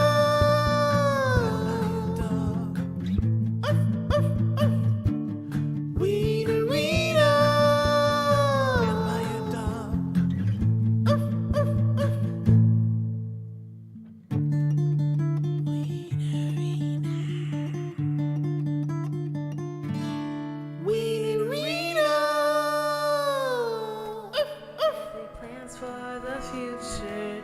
She said, you don't know why you're missing. She said, come on, see love, we can. Coming up on Gaming Morning Show, list of the day and sports. Go to our website, gamingmorningshow.tv, and become a Patreon. Join our Discord. Go to gms.watch and click on where to find GMS. It's all coming up on Gaming Morning Show. Time for hour number 2. Right now. Morning, gamer! Welcome back. Gaming Morning Show continues on Tuesday, October 4th, 2022. Big excitement tonight. The debut of GMS Tuesday nights. We'll welcome in, hey, it's Brendan TTV. We'll also have Element of One and VG did try for a GMS game night, the game of life. It starts at 8 p.m. Pacific time, as it will every single Tuesday, by and large, starting at 8 p.m. on the same GMS platforms. Facebook Gaming, Twitch, YouTube, but at Gaming Morning Show.tv. Sports.gaming, left side of your screen. I am Hefty Goof. Coming up, top 10 unusual tacos you won't even believe exist, and a bonus 10 for you to read later. That's coming up in just about 10 minutes from now. It'll be fun. Are you guys actually playing the board game, or did you trick our friends into coming to hang out to do like taxes and apply for jobs and stuff like that? Hey guys, We're gonna play the game of life. Bounce our checkbooks. come on over. Yeah. Could you teach me how to cook souffle? Why did I go to souffle? That very basic, cooking skill that everyone needs to know, the souffle. How do I vacuum? Oh, yeah, and then we're going to change the oil as the big finale. Nice. Do the messy thing last. That's smart. Yeah. Because cleanup right away. So, there you go. And then all the guests will teach me how to clean my underarms. Gross. All right, thank you for being here. It's National Taco Day. We're asking about your favorite tacos. King Gray has been giving us a series of taco-related tidbits. Taco number 2. These are the favorite tacos of One King Gray. Barbacoa. I used to get this every Sunday with my kiddos. They go best with diced onions and cilantro. Yuck. But I personally like to throw onions, avocado, salsa, and a squeeze of lime in my tacos and wash it down with a big red soda. Nice. Fresh squeezed lime on tacos. Always delicious. Okay, all right. So we'll continue to run down Gray's favorite types of tacos as we go along. Brendan goes, what do you mean overdraft fees? If Game of Life was accurate. It's a good call. There's some things that happen in the Game of Life where you're like, yeah, right. Yeah. We are having quite the lively Spider-Man / Spider Moon. Damn it, that's not how Brendan refers to him. Just like, oh, the Spooderman? Spooderman. Spooderman. Right? Mm-hmm. Mm-hmm. I do agree with this, though. If they did a Mary Jane movie now, that would mean a movie starring Zendaya. Now you have my attention. Yes. Yeah. I'd be on board with that. Yeah, I didn't honestly know that Zendaya was doing, like, Disney stuff prior, but The Greatest Showman, I was like, I really enjoyed that movie because of her. And I haven't watched any of the Spider-Man movies because, Tobey Maguire and all that stuff. But Euphoria, really good in Euphoria. So not surprised to hear that she's won, like, every Emmy award that's available to her. So nice. What do you mean overdraft fees? I hope you bring that line up tonight, Brendan. Brendan's streaming on Saturdays for sure, sometimes on Thursdays. You can find Brendan at twitch.tv/HeyIt'sBrendanTTV. Our other guest tonight will be the Element of One, who was streaming last night and a lot of times Monday, Wednesday, Friday. And then VG Did Try, who I always see on early in the weekends for sure, was recently playing the Call of Duty beta. So, yeah. But we'll have all three of them joining us at 8 p.m. Pacific time tonight, Sean. It's exciting. I'll be hanging out.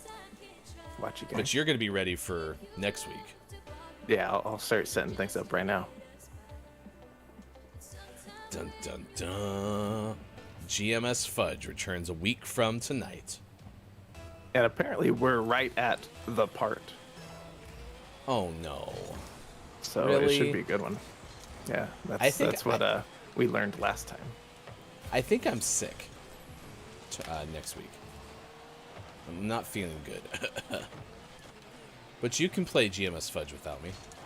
No, I don't think that's how it works. Cool. Oh, he missed.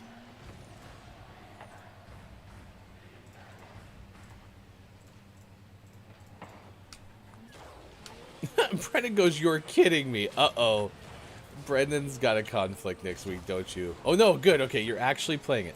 Yes, so if you go to our Discord and you click on the announcements section, we have the entire October lineup available for all of our GMS Tuesday nights. So right now, there's 4 episodes announced, and they're all 4 different shows. The Tuesday nights time slot will be a rotation of different types of programming.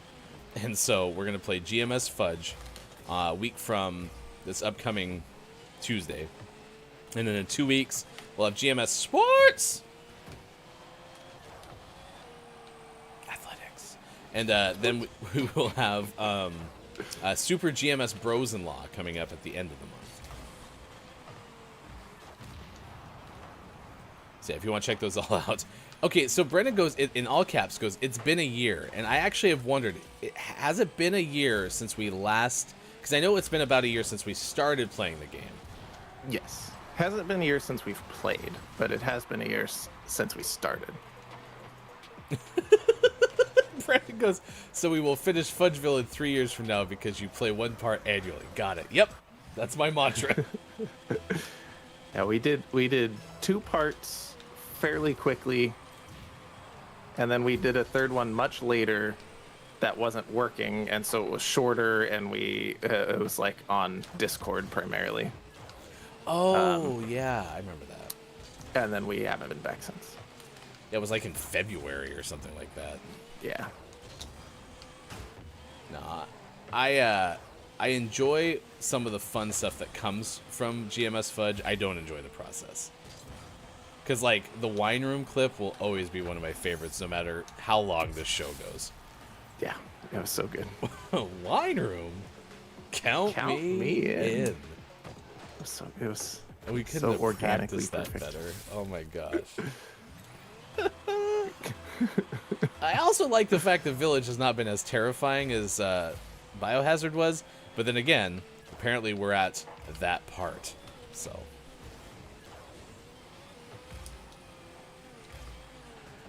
But you can't help but notice Village doesn't have a grandma, so. Yet. Oh gosh. Scott Chick. Just keep your ammo. Okay. Brendan goes, just think of the content. The sweet, sweet content. I'm happy you all get a kick out of it, because woof! It's high stress. My doctor said I can't play horror games anymore. That's a lie.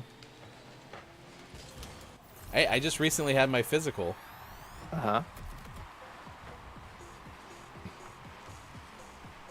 That's the only other part I can add to that that's actually true. So, but see, that's like one of those wonderful PR tactics where you say something that's factually true. Sounds like I'm trying to convince you that actually happened. Then. No, I know your doctor. He loves Resident Evil. Oh gosh, what? How did that happen? I seriously did not see this happening. Like, I'm sitting here like, okay, here we go, and I'm gonna go block it right now. Oh, on the back wheel. Boo. After all this buildup for a whole year, says Brendan, you're probably not even gonna get scared. You will get scared. I mean, excited. I will admit there's a lot more daylight in Resident Evil Village than there was in Biohazard 2. Which I appreciate, because, you know, scary movies are less scary when they're also played in the daytime, so. Yeah, actually, now that I think about it, why was Biohazard always at night? Was there no sun where they were? It all happened in one single night. Oh, yeah, that's right. Shot. Ain't no sunshine when we're biohazarding. You're always on my mind. Thank you for being here. I mentioned name of the month. We gave away, we haven't given it away. We announced that our September name of the month is Whatever, land. Whatever Land. So if you are a Patreon subscriber on the subscriber tier above, be sure to go to the Discord later on today and find out the instructions on how to win that game. We will be giving it away. Our runners-up were pretty good too, so we always try to find a way to maybe incorporate those as well. And then if you're not a Patreon subscriber, we will put those together in a 6-pack of Name of the Months and give those away a little bit later, probably like in January.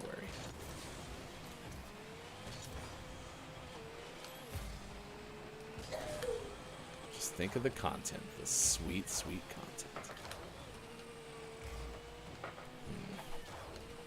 How about we just eat tacos instead? What do you say? Oh, we could do both. I do think you'll have a better chance of making me very excited to play this game if there's tacos. And it's a Tuesday.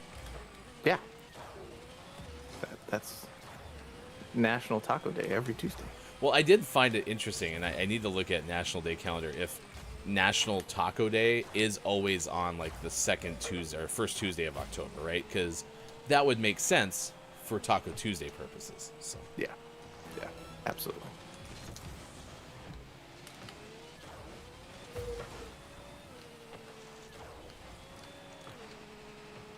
All right, 21 seconds. We got a list of the day coming up after this one. Sports later on in the hour. Thank you so much for being with us on this morning radio show that plays games. Good job, Uncle. What's our uncle? It's our uncle. Nice. Winners! Look at that. Feels good to win a game. You are one of life's winners. Did you get MVP? I did. It deserved. Deserved. So. Ooh, I can check that up. Thank you for being here. I am Hefty Goof. That is Sports.Gaming, left side of your screen. It's been a fun show so far, so thank you for being along for the ride. We've given Scott Chick some advice on how to play the Resident Evil 7 game. We have talked to many of you about the Spider-Man spin-offs. Downs talked about 5 Spider-Man titled movies, 2 Venom titles, Morbius, probably countless animated. We've had Drew Mega talk about can't have enough Spider-Man movies. We talked about possible spin-offs for Spider-Man movies. So, for example, you could have things like Pete and Harry, frenemies, or Harry Osborn. So those are some options as well. We've talked about horror games, and we're learning from King Gray the favorite tacos throughout the show. We've heard of both taco number 1, bean and cheese and bacon, and taco number 2, which is barbacoa. So that's some of the things we've talked about so far. In a little bit, we'll tell you a story of Hocus Pocus making an appearance on Broadway. So get ready for that. That's coming up as well. I am Hefty Goof. Let's get you this list of the day. This has to do with, well, tacos, because it's National Taco Day. Some fun tidbits from nationaldaycalendar.com. The history of tacos predates the arrival of Europeans in Mexico. Anthropological evidence shows that native people living in the lake region of the Valley of Mexico traditionally ate tacos filled with small fish. At the time of the Spanish conquistadors, one documented the first taco feast enjoyed by Europeans, arranged the meal for his captains. It's unclear why the Spanish used the word taco to describe this food. One suggested origin is the word a taco, meaning stuff or to stuff. In 1964, Roberto L. Gomez established a National Taco Council. The council sent a 55-pound taco to President Johnson. In 1967, seems like a bit of an excessive amount of taco. It's a big taco. Gray, would you consume a 55-pound taco? Interesting. Whether you prefer soft or hard-shelled tortillas, most agree tacos satisfy a snack craving. However, they also make a delicious meal. Consider that many are filled with seasoned lean meats and vegetables. Tacos go beyond delicious. Fish tacos and shrimp tacos with grilled seafood add a whole other flavor profile. As for grilled chicken, and hold the cheese. It's from nationaldaycalendar.com. I think I'm gonna get cheese on the tacos, just so you know. It doesn't matter. Yeah. Even if it's that cool, like crumbly, like white cheese that you get at, well, Mucho Gusto, which no one's gonna know what that is. It's yummy, I promise. All right. List of the day comes from bustle.com. Dara Daisy Knight wrote this October 2015.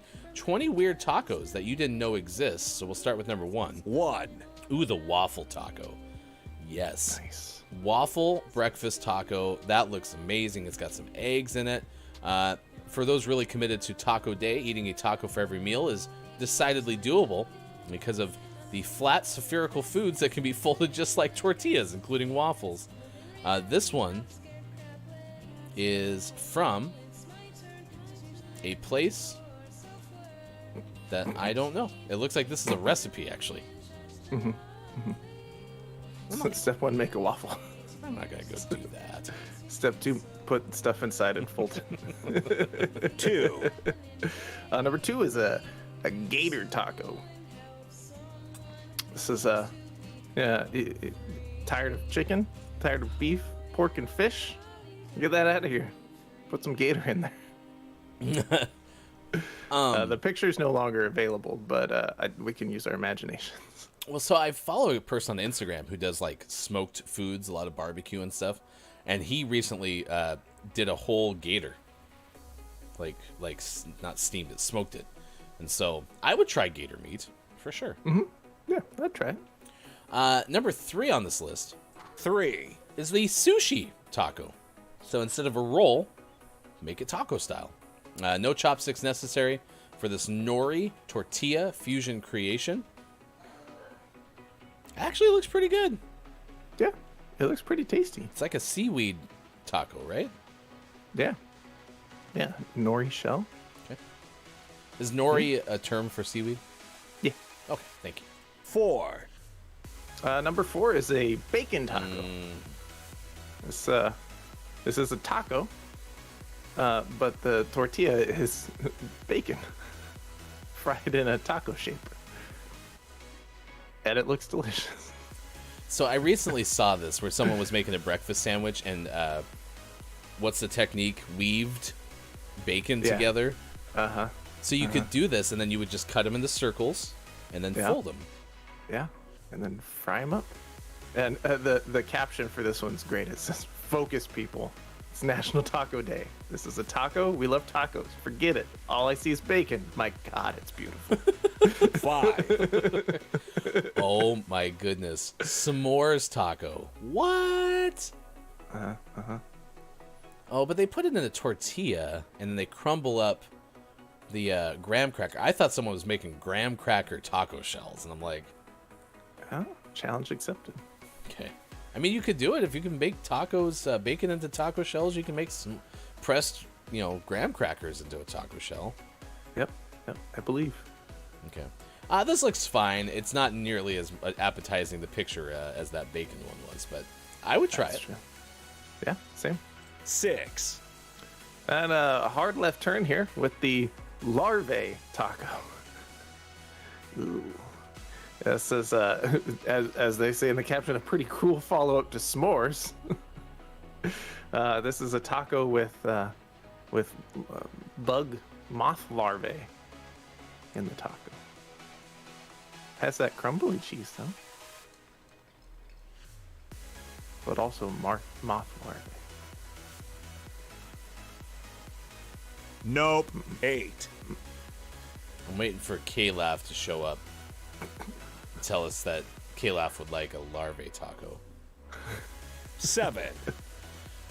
Chicken cordon bleu taco. You know what's interesting? I used to love chicken cordon bleu. Mm-hmm. And I don't know the last time I've even seen it like on a menu. Right. The only thing that's better than chicken wrapped in ham and Swiss cheese and breadcrumbs is chicken wrapped in ham and Swiss cheese and breadcrumbs and tortilla. Makes sense. Yeah, I like Swiss cheese a lot. So anything that has, like ham and Swiss sandwiches heated, very good. Very good. 8. Number 8 is a strawberry shortcake taco. We're back to dessert tacos. It's a flour tortilla with powdered sugar. It has a homemade pastry cream, shortcake crumbles, and strawberries. That makes sense. Strawberry shortcake banana split. Your team looks like a pile of 9. Cauliflower taco. 9? Doesn't rhyme, Bob. What do 9s pile up like? Step aside kale, because number 9 is a cauliflower taco. The superfood taco before the cauliflower fat is completely played out. Try it. But it's not a cauliflower tortilla. No, it's the meat substitute. 1. 0. It looks rather plain, but no, it's not plain. Kangaroo tacos. This is a taco, but the meat is kangaroo. Apparently, it tastes just like chicken. A taco, but kangaroo. By the way, put more red cabbage on your tacos. Let's go. Yeah, I'm on board with that too. All right, so you're working closer than farther away today, right? Correct. I might make our taco shop house run for lunch. Yeah, we might have to do Taco Tuesday. Okay. Yeah. Because we haven't had that place in a while, and It's been a while. it's kind of working, chat. This whole we talk about it is. food thing. It's National Taco Day.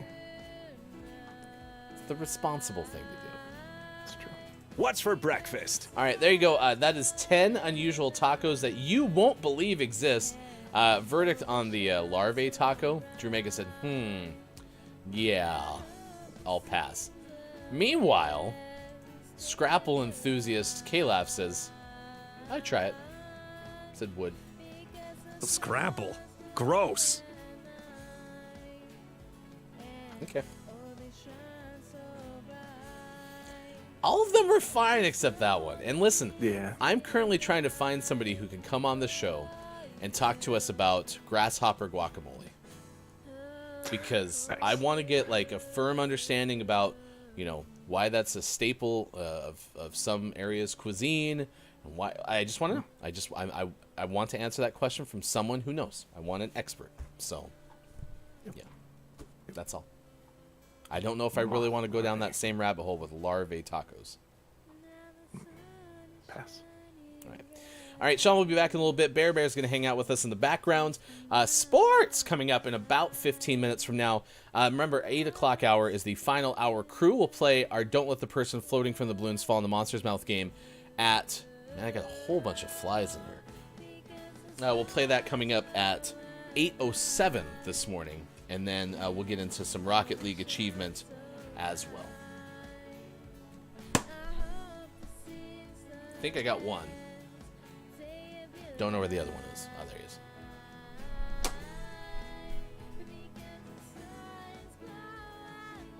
There's a dead fly inside my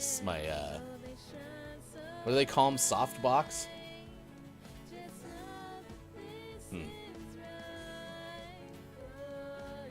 Don't mess with me.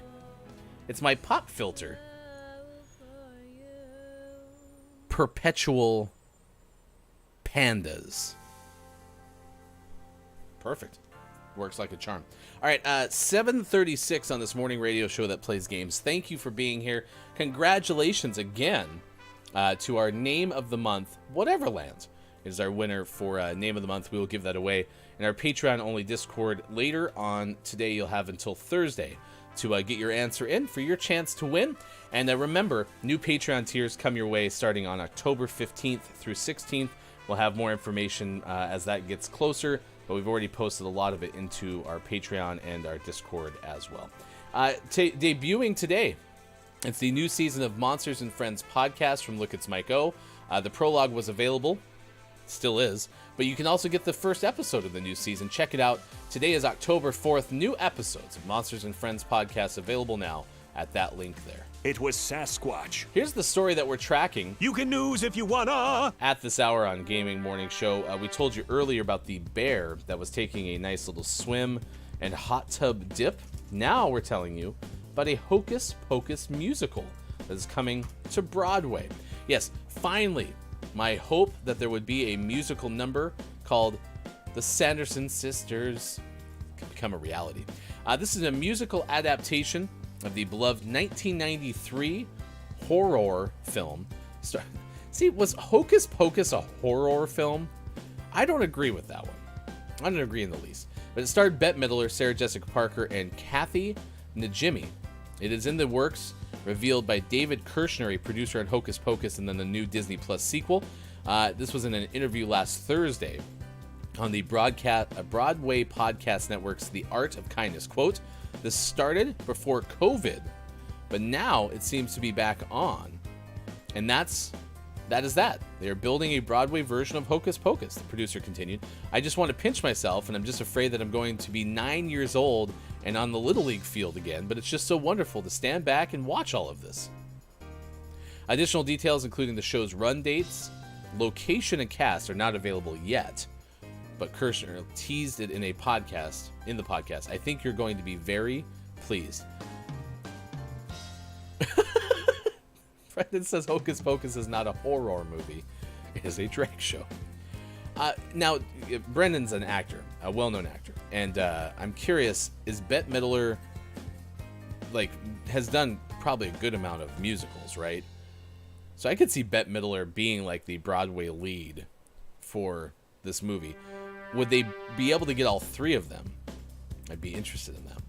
So there you go. That is the story from Jessica Wang of Entertainment Weekly. That is who brought us that story at this hour on Gaming Morning Show.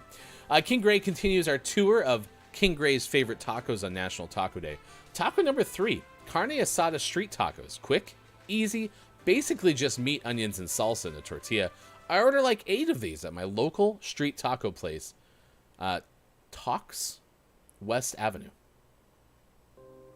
I do like those kind of simplistic tacos. Onions or like red cabbage, and then light salsa. And listen, I wanted to tell you, I've been very sauce adverse my whole life. You all know this about me, so this is probably not breaking news, but I've usually not preferred sauces. I kind of feel like they don't add something to the thing that I'm eating, right? Gravy is a sauce. Sauces aren't dressings, and marinades are early to the party. Okay, so I had a breakfast burrito the other day. Love breakfast burritos. Probably a top 5 food for me. And it came with, as it always does, comes with green salsa. And I tried it. I was like, it's just not doing it for me still. It's not adding to the experience of this burrito. And that's what sauce is supposed to do, right? It's supposed to add to the experience, okay? So I was not pleased and decided to not eat the next one with it. But then I got one the other day and I tried it again. I want you to know that I persevered to try to enjoy sauce yet again. Ranch is unnecessary. And it's not adding to the experience. So I'm not going to do it again. I want to, but I'm not going to. That's all I have to say.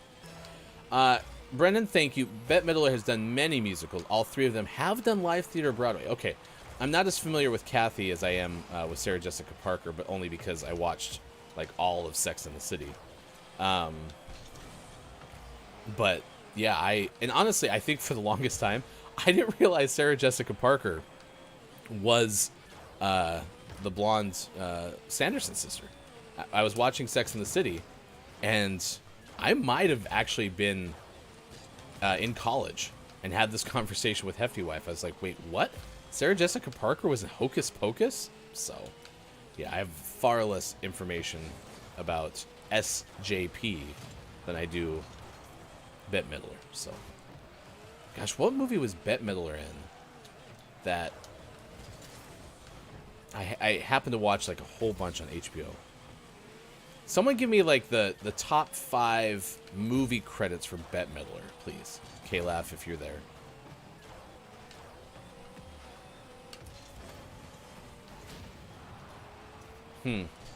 Yeah, I can't think of them, so maybe I'm making that up.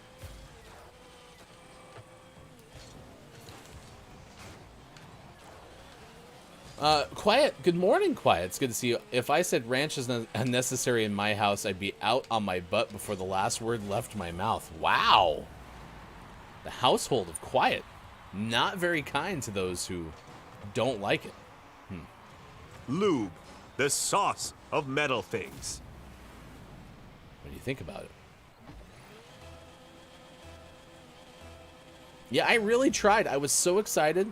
Okay, so excited. It's not rock, right? So every time you go to this place, it's a little bit more of like a chainy. It's not a chain, no. It's local chain. You know, like like they have multiple. They have multiple kind of like, you know, restaurants in the area, but they're not like all over the place.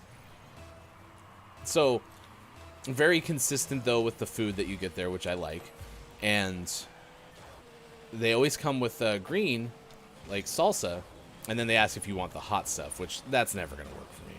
And I realize it's probably not as hot as it, you know, right? Like I feel like I'm kind of Austining this right now. It's like I realize that that's not the case, but the truth of the matter is, I don't like spice for spice sake, and since I'm not very good at understanding how sauces can like enhance the flavor of things, I'm pretty sauce averse in that respect. So anyway, I tried this green one because it always comes with it. Even when you say, no, I don't want it, it always comes with it. So I decided to try it. I was very disappointed that, like, I couldn't see the light.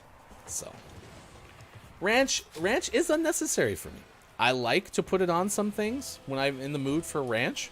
But if I don't want ranch flavor to take over what I'm eating, then I don't want to put ranch. Like, if the salad starts to just taste like a whole bunch of ranch, then no. I'll pass. I had a pretty good salad yesterday. Used some of the dressing. It was like a creamy. It wasn't a ranch dressing, but it had like, I don't know, something in it. It was fine, but salad was good too. Really good crispy chicken. Crispy chicken salads, low-key underrated. All right.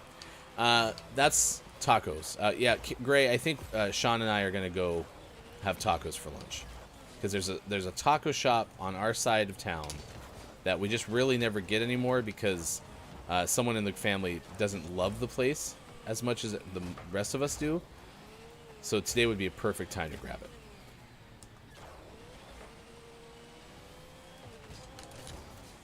get in there. Nice. But yeah, as long as the corn, like I told you at the top of the show, as long as the corn tortilla doesn't disintegrate or crumble like one bite in, I'm pretty happy with whatever vehicle the taco comes in. I like at home, I prefer flour tortillas. I do over corn tortillas, and my mom-in-law makes like this like crunchy corn tortilla, like fries them up. And they're fine, but like I don't like the crispy texture with the taco. You know what I do kind of enjoy is when you don't want another taco, which, sorry Gray, that might be blasphemy, but you've had homemade tacos, especially if you're having the big burrito style flour tortilla homemade tacos, and you're like, I want some more, but I don't want to eat another whole taco. Then grabbing the tortilla chips and kind of having some like scooped up taco filling with tortilla chips can be pretty good. I'd rather do that than have like a hard shell taco.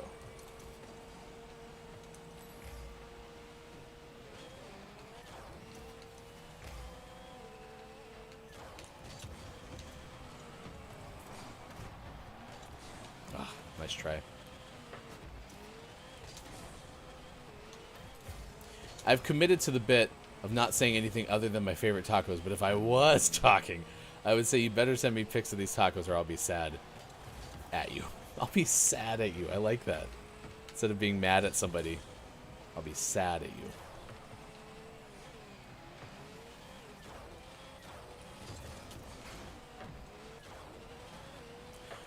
Oh, King Gray chiming in for the first time since telling us taco number 3. Taco 4, chorizo and egg tacos. I make these for my kiddos all the time. I usually chop up some green onions and slice avocados and put them in there too. And again, always salsa. Always salsa. So Hefty Wife makes pretty basic but good breakfast tacos. We use those like mini street taco tortillas, and they're really yummy. Just eggs, cheese, and then I think maybe if she has time to do like the hash brownie, like cube potatoes, we'll throw those in there. I prefer my breakfast burritos with some sort of breakfast meat, but for what those are, they're very exceptional. So we tried link sausage, by the way, in the air fryer for the first time. Man, the air fryer crisps those up a lot better, but then also makes them a little bit less greasy. We were big fans. We had Brinner last night. It was so funny too because I wanted to go watch a soccer game last night.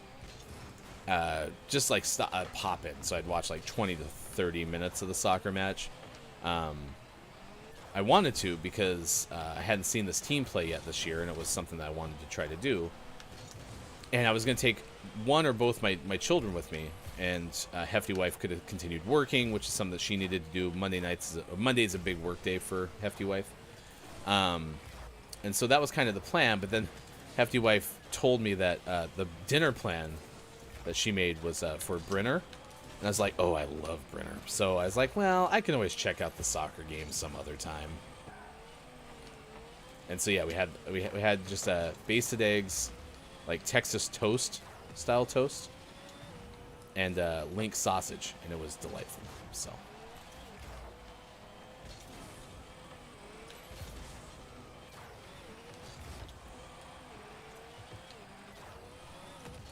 second hour overtime game.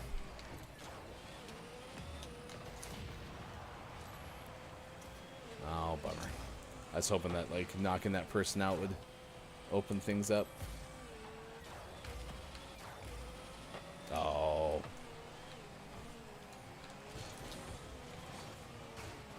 Uh-oh. That's a bad transition. Nice work. All right, we're losers. That's okay. It's 7:49 West Coast time. It is 10:49 out east. It is 3:49 for those watching GMS in the UK. Doo-doo-doo. Thank you for being here. Good morning to you, fam. It's nice to see you again. Thanks for stopping by. Nice chat. It says shrimp tacos. Oh, that's a good answer. We talked about that at the top of the show. Shrimp tacos are pretty okay. Also, crispy fish tacos are pretty okay. Also, fam, you're meeting Bear for the first time. That is the bear that lives behind Sean's window. Where's your shirt, Bear? And sometimes takes dips in the pool or the hot tub. Thank you for being here. It's a morning radio show that plays games. Next hour, we'll play Don't Let the Person Floating from the Balloons Fall in the Monster's Mouth. We'll switch to the Rocket League category a little bit, try to work on some of our season achievements, and then we'll send you somewhere if you're watching on Twitch. Thank you for being here wherever you're tuning in on this Tuesday morning on Facebook Gaming, Twitch, YouTube, and at gamingmorningshow.tv 750. It is time for sports! Yesterday, a lot of clinching was done, and not the clinching like, oh, I'm nervous type clinching. A lot of playoff berth type clinching. Teams are making the postseason for Major League Baseball. Yesterday was also Monday Night Football, so we'll get to those kind of headlines in just a little bit. Here's what we're looking at first. Major League Baseball, the NL wildcard teams have been set. So actually the whole playoff picture has been set now because this is the last one to clinch. The Philadelphia Phillies were able to get a win at the Houston Astros. So they won their first game of that series. I think their magic number was 1 anyway. And magic numbers are the combined rank. I just read what Fam wrote. I'll get to that in a sec, Fam.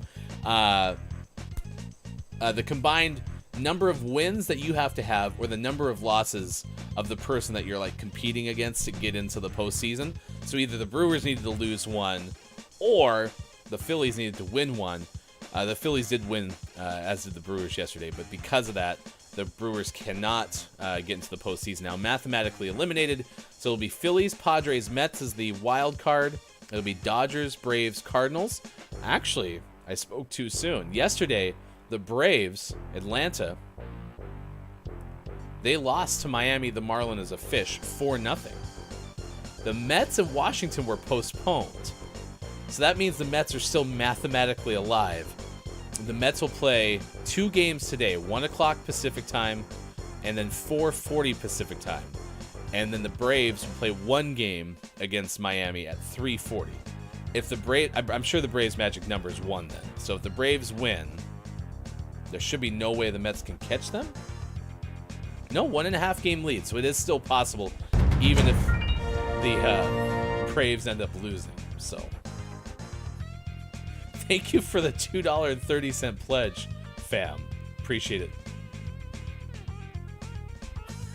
it. I may be hooked because you play Rocket League. What's your rank? Rank. I don't know. I'm a 48 on the Battle Pass. Does that help? Where do I find my rank, chat? All right. Man, what is your rank? That might be a better way to go about asking that question. All right. Thank you for the $2.30 pledge on our tips site. That's very kind of you. All right, so anyway, Monday Night Football yesterday, it was the Rams and the 49ers. I was kind of intrigued by this game. The Rams had lost, I think, all their games last year to the 49ers, and they lost again yesterday. Pretty dominant defensive performance. Deebo Samuel played well as the Niners beat the Rams 24-9. Big pick 6 in that game as well by the former USC safety, Talanoa Hufanga, had an interception and a score. So that was pretty cool. Pretty cool. Oh, I didn't see the joke. Oh! Fam goes, you didn't get the joke. The description was, what time do you go to the dentist? I see it now. 2:30. So. That was good. That was good. You made Bob happy, so that matters. Jimmy Garoppolo in that particular game finished a total of 16 of 27, 239 yards, touchdown, no picks. Matthew Stafford did throw that interception. Rams really didn't get the running game going. Cooper Kupp had 14 receptions, 122 yards. Cooper Kupp is just something else. So anyway, how was your Monday Night Football game? Yeah, keep an eye on the Braves Mets later today. That's a big deal. Big deal. Oh, and I mentioned basketball. This was significant. It was cool to see them have kind of the Sonics colors in Climate Pledge Arena. They had a preseason game between the Clippers and the Blazers. The Clippers owner, Steve Ballmer, who was a big part of Microsoft, might still be, maybe, I don't know, owns the Clippers, so he was there. I think even maybe still has a house or spends time in Seattle. And so talked about the Blazers as being a big reason for that game being up there. But man, those fans, they're still waiting for the Sonics to get back, and it's going to happen at some point. So, yeah, that was pretty cool to see. Fun opening to that game. I didn't actually watch any of the preseason basketball game, but The Seattle Superphonics. so there you go. That is your sports at 7:55, fam. I'll try to do better, but that was a funny joke. What time did you go to the dentist? 2:30. Coincidentally enough, I go to the dentist like next week, but that's not what you asked. So I saw an old man fall into a well today. I guess he couldn't see that well.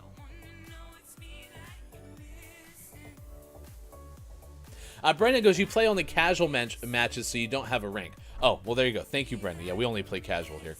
Ranked mode in Rocket League is a hellscape. Don't do it.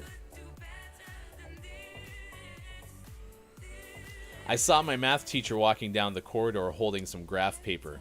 I thought, they're plotting something.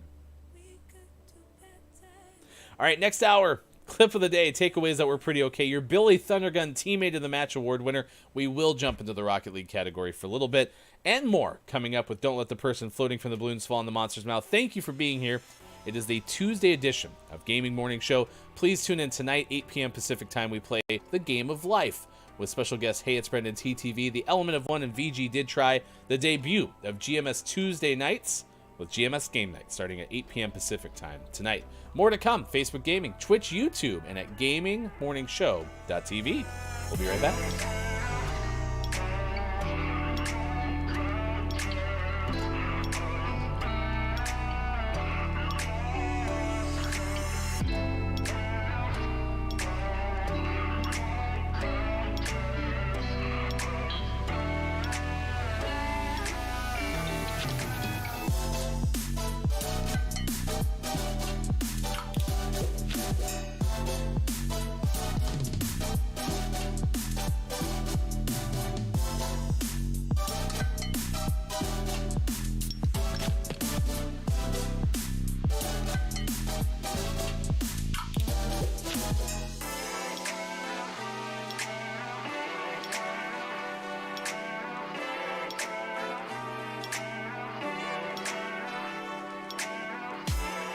Because I didn't have it on. That's all I'll say. Didn't score more, correct.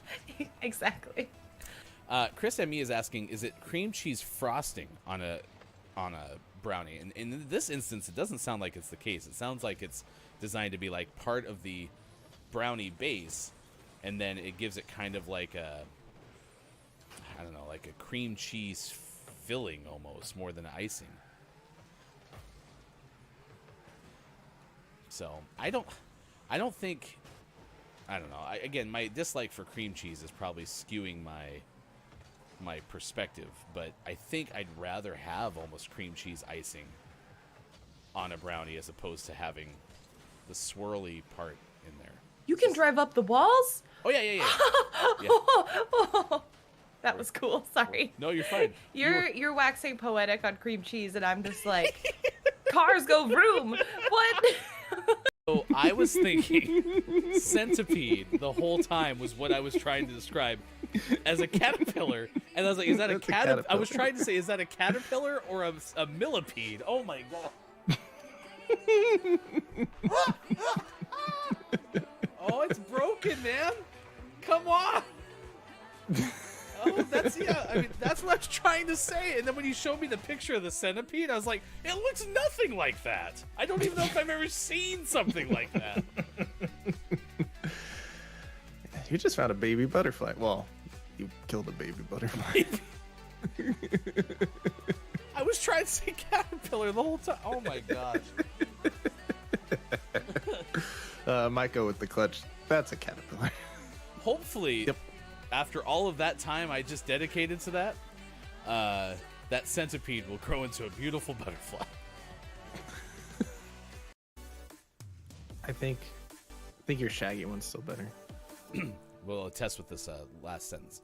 Like Zoinks, G Scoob, probably one of the best ways to give a nod to annoy Squid. That was actually not bad. That was pretty solid. So it sounds save that for later. I might have to keep just going with like an upward inflection, and right. Just make everything a question.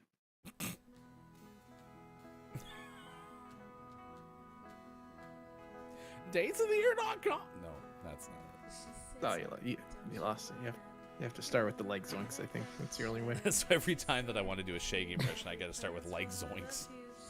Yeah. Yikes. It's on brand though. So there could be worse things. Yeah.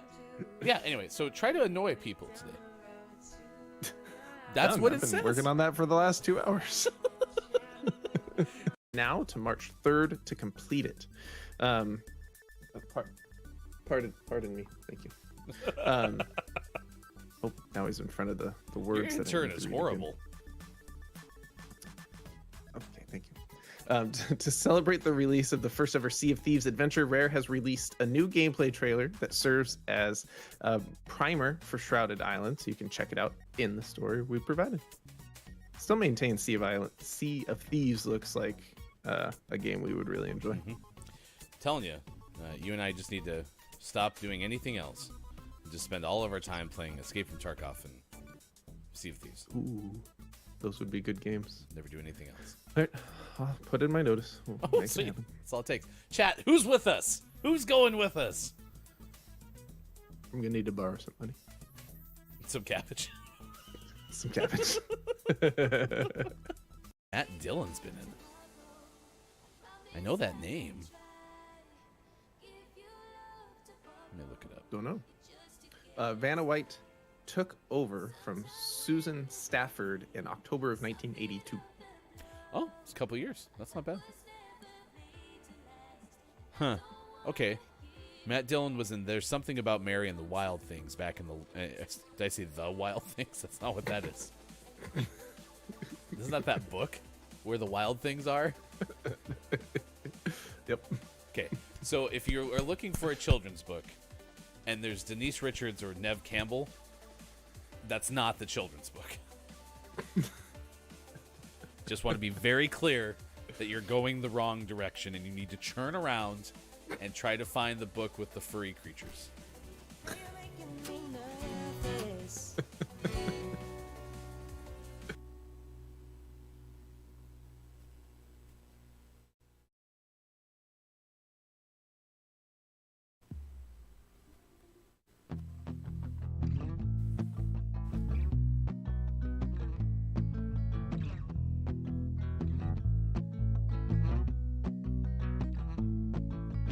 Tell your friends, tell your mom, Gaming Morning Show is on 6 to 9 a.m. Pacific.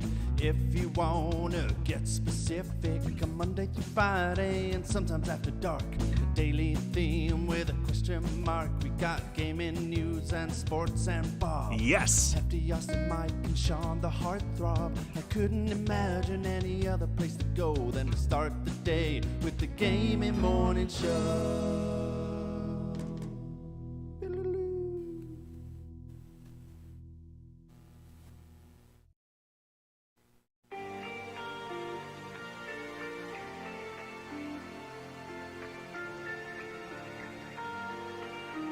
Pineapple on pizza.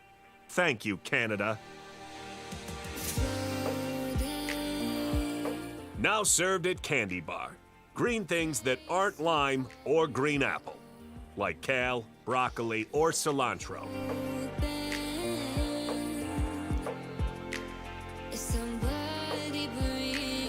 Coming soon from GMS. The GMS Bagel Fund. A non-profit to send people bagels because a surprising number of people haven't had bagels. Smoked paprika is just barbecue.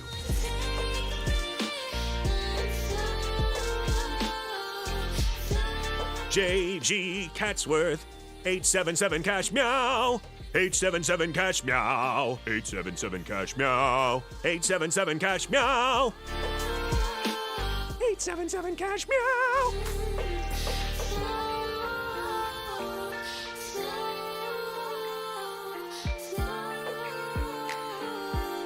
Coming up on Gaming Morning Show, don't let the person floating from the balloons fall in the monster's mouth. And GMS, Morning Gaming Renews. Get ready for your takeaways that were pretty okay. And the clip of the day. Find GMS on Facebook Gaming, Twitch, YouTube, and GamingMorningshow.tv. Time for hour number 3, right now. Morning, gamer! Welcome back. Gaming Morning Show continues. Thanks for being here wherever you may be. Facebook Gaming, Twitch, YouTube, and at GamingMorningshow.tv. Let him out of the vortex! Let him out! Oh gosh, no, it's too close. Autofocus, come back! Whoa! Okay, hey, Sean's here. It was because my microphone was muted. Oh, That affects the focus, of course. I guess. This one does. So, oh my gosh, it's good to see you. Thank you for being here again. Thank you, fam, for the "what time do you go to the dentist" tip.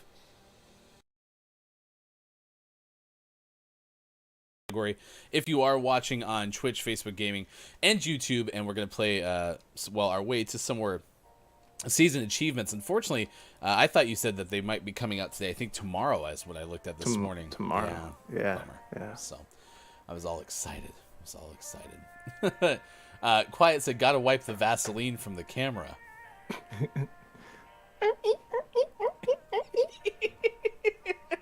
Better.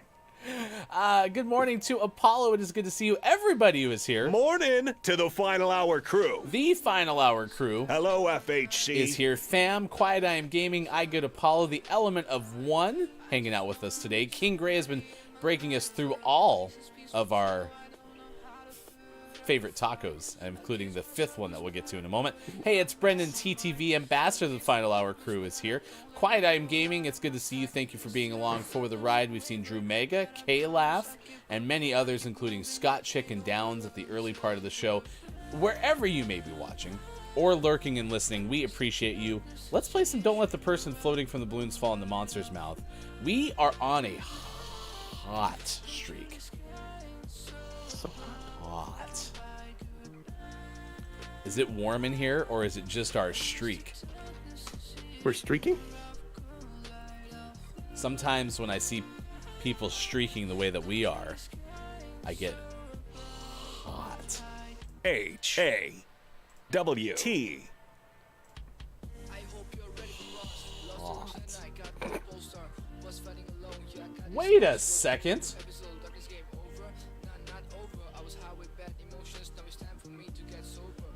Hold on a second. Waiting. Oh, Holding. Is our streak gone? yes, I want to quit. Oh no. Okay, please don't tell me. Okay. I thought I screwed up something royal. All right, but I didn't. So let's play Don't Let the Person Floating from the Balloons Fall in the Monster's Mouth. To see the record for the most balloons banked in Don't Let the Person Floating from the Balloons Fall in the Monster's Mouth, remember to type the easy-to-remember acronym, ! DLTPFFTBFITMMREC. Sean, I legitimately thought I got rid of it. It was a close one.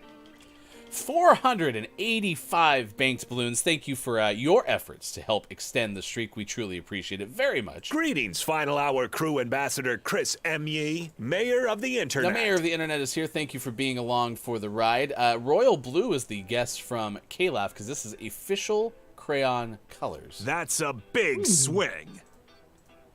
The pen is blue. The beep, beep, pen is blue.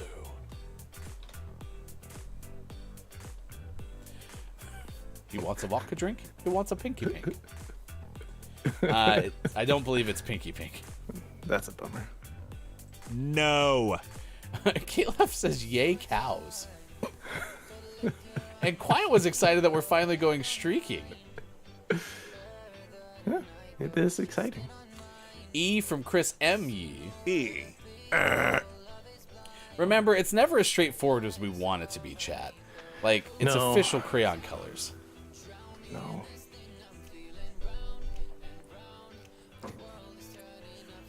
The color of this pen that I hold in my hand.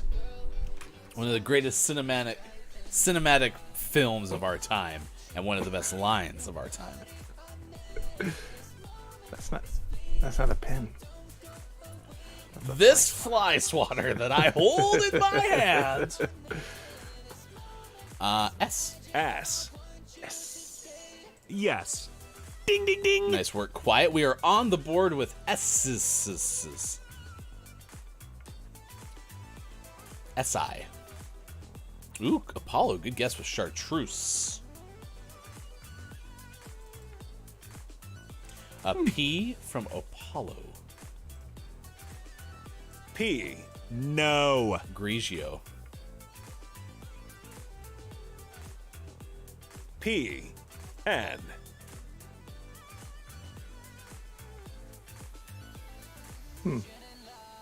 Did he just say PN? Bob did, yeah.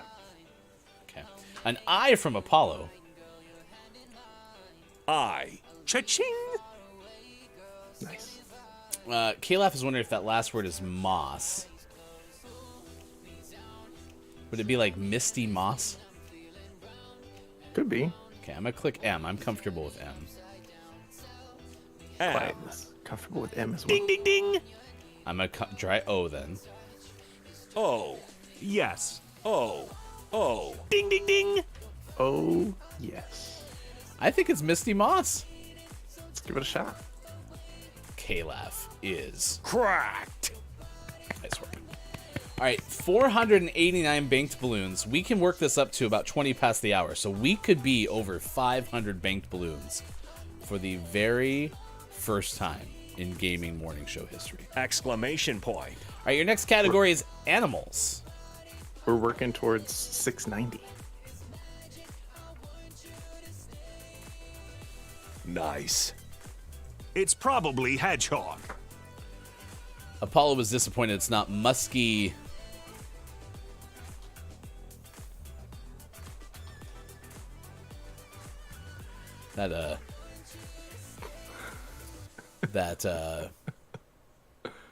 Whatever's happening right now, that smells misty. That's what I was trying to say. Gross. Oh, we got hex codes coming from the official crayon colors. I like that, K-Laugh. Nice work. Plus sign. Way to add. that's it. Way to add. It's a nice green. Quiet wants Ford's Focus for animals.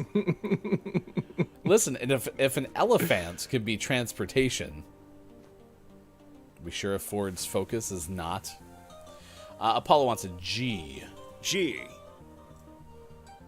Yes. Did you add, how many G's did you add to hedgehog? Just 2 extras. And made it separate words. That's a big swing. Black Snake was tried by Calaf. Here's a T from Quiet. T.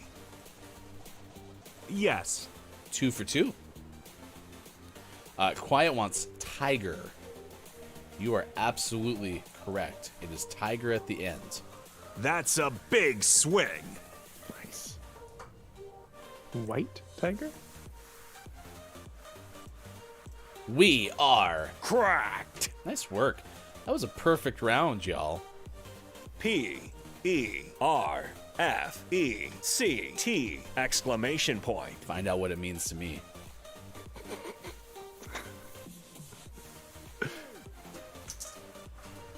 Video games. I dropped my swatter. I'll be right back. Metroid Prime. No. We are up to 496 banked balloons. You might be part of history, chat. Part of history. Where's Downs when we need him? Did we miss a chance to have a U? We have some people guessing Minecraft. That's a big swing. The M hit. The I hit. Y'all, everybody who's been part of this show, we have persevered through many bad moments. We've had to deal with no repeating letters. We've had to sideswipe the transportation that actually was animals. We had to overcome the moments of one vowel words. But you were here for this moment. This all has been leading up to this. Cha-ching! T. It is Minecraft, back-to-back perfects, and we have 503 banked balloons. Exclamation point. Remix. Paul goes, I want it to be wrong. It was Minecraft. Good morning to Heavenly Soul. It is good to see you this morning. Hello, FHC. You are all cracked. Let's continue. We have about 5 more minutes of this game. Then we're going to play some Rocket League achievements this morning. At school is your category. At school, could we dare see a third straight perfect? Did you just say Minecraft? Minecraft. It's when you get mine from McDonald's. Nickcraft. Man, Quiet might be on this. Guesses lunchbox. Now that's a big swing. K-Laugh Light is cracked. You're nuts today. Lunchbox. Exclamation point. Nice work. Element with Minecraft. That's good. Man, we do not even have to wait. We get straight from 510 for All About Sports. Quiet. That's 3 perfects in a row. Yeah, that's true. I don't know if that's ever been done in gaming morning show history. The element of one is guessing the. No. All-Star Gay. Come back. Downs goes Go Birds. Yeah. Yeah. An S and an A. S from Quiet, the A from Chris. No. No. Wow. I think Bob roots against us sometimes. I Yes. think so. I think Bob is the monster. I am the danger. Oh. D. D. Oh, you guys made No. Flintstones. Eat the Flintstones. An E from Chris M. Yee. E. Ding, ding, ding. Now they spelled Sade. sand. Sade. Wasn't that the singer? Yeah. Looking. New York. Yeah, Sade.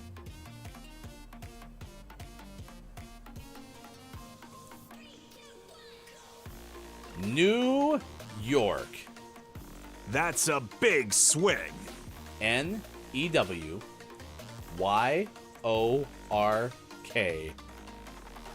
Cracked. Oh, we do need the last one as well. All About Sports. It's a WNBA team, y'all. Quiet is Cracked. Does Quiet get all the credit for that one? Yep.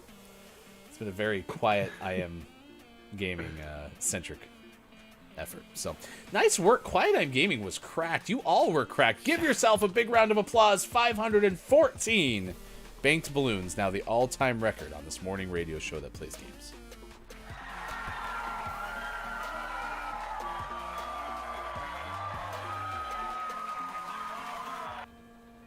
It's a good cutoff.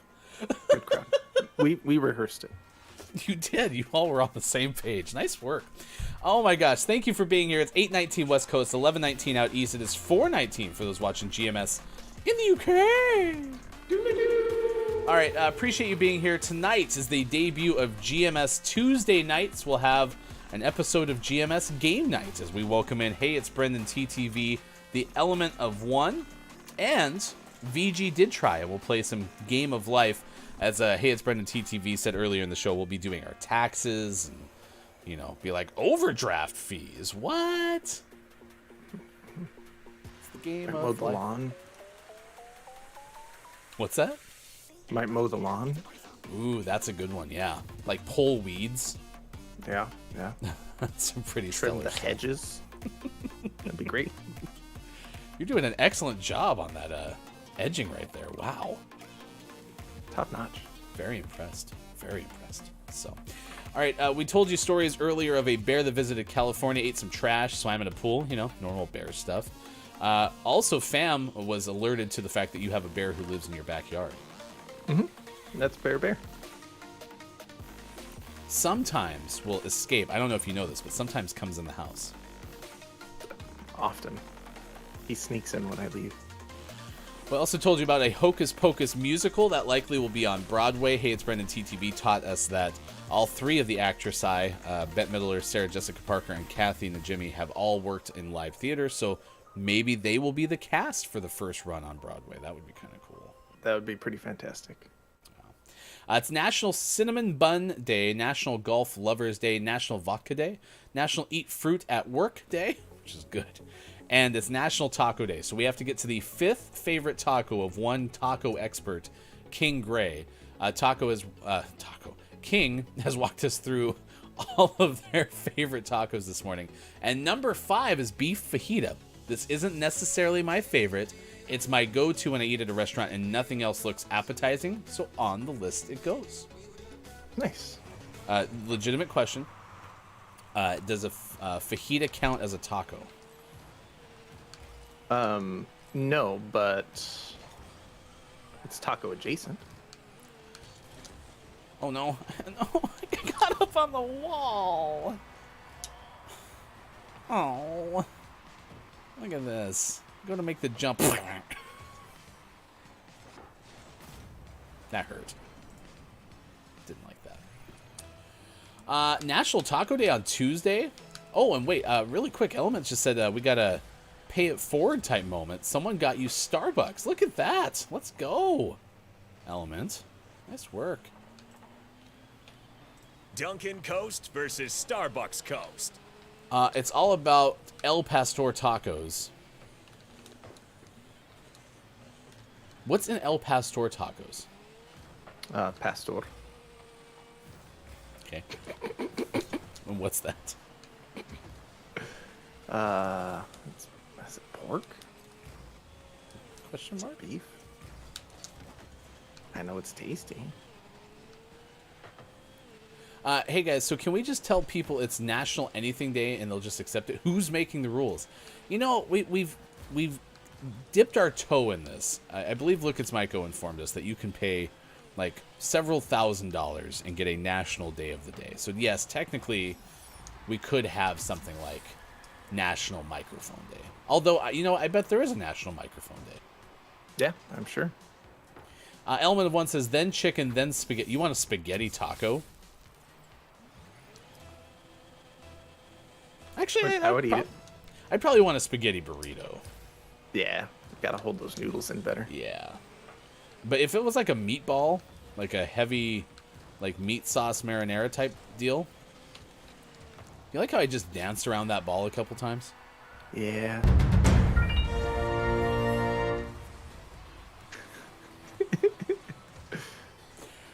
All right, so I've learned that there's captions that are coming through. Fam says, 777, the after Christ, I'll see myself out. What? I don't know. Well, here was the first one. What time do you go to the dentist? And donated $2.30.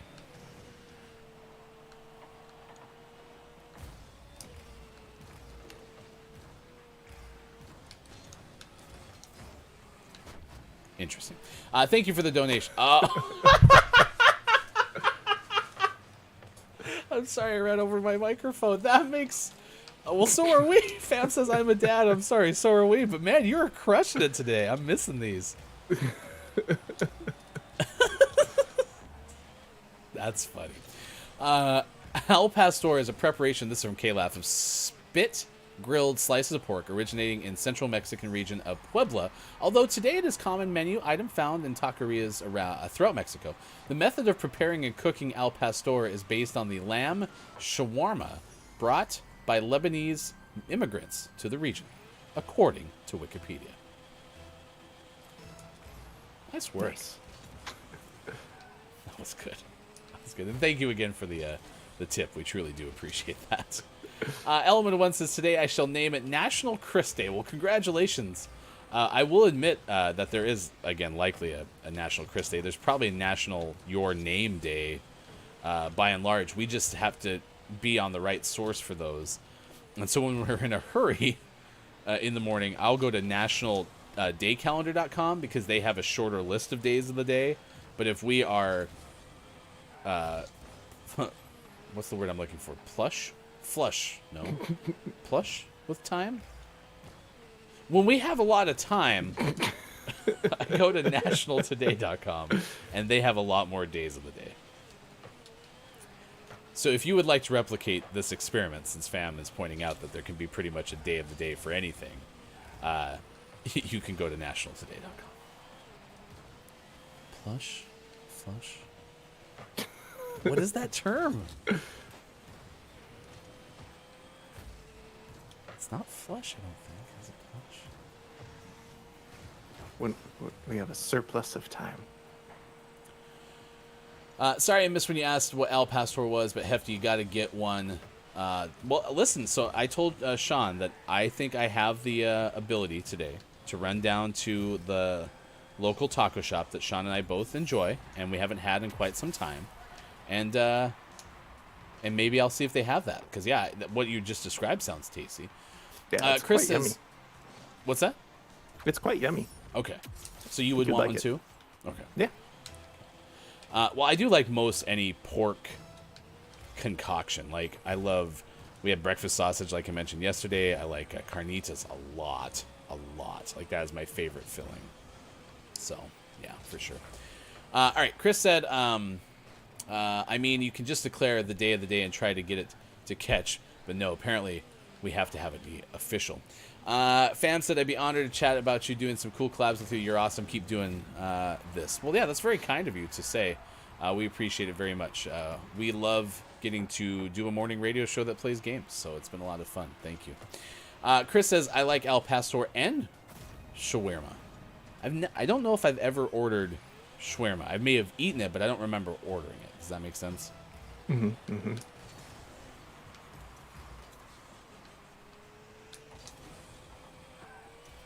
Drew Meg is out. Have to go. Fun being here. Have a great day. Likewise, Drew Mega, thank you for being here for this morning radio show that plays games.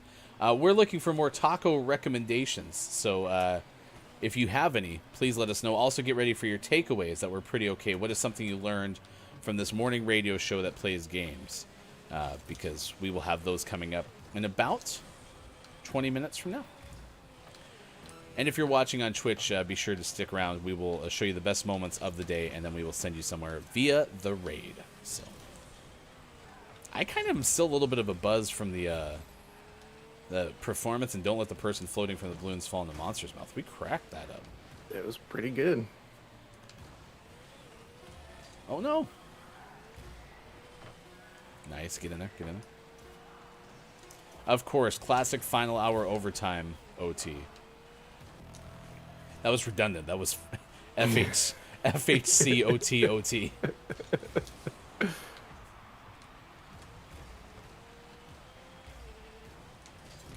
Oh, that was going in too.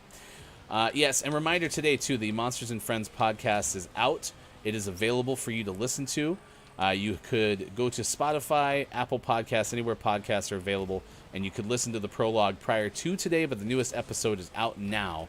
So check it out, Monsters and Friends podcast from Look It's Miko.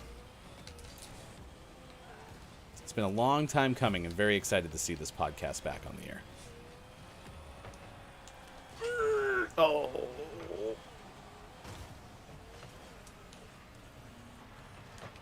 Ah, come here, mouse. Shawarma is like lamb or steak wrapped in a pita. So good. Okay, so I feel like I have, because that's where I feel like I saw it on a menu. Was we had I thought it was a Greek food cart. Yeah. Okay. So how related are Lebanese cuisine and Greek cuisine? Any idea? I'm sure there's some similarities in some dishes and whatnot, but pretty separate to my knowledge. All right, now we can ready up and play one more. It's 8:30 West Coast time. It's 11:30 out east. It is 4:30 for those watching GMS in the UK. Thank you for being along for the ride. We always are looking for coffee recommendations. If you haven't yet, please stop into our Discord. We have a coffee recommendations channel, so you can throw those in there as well. We always like to find out the latest and greatest, and we are going to continue to work on building out like a Google Maps of favorite coffee places. In fact, I believe our official cartographer and diagramographer, I am JF Downs, is on that as we speak. Right, Downs?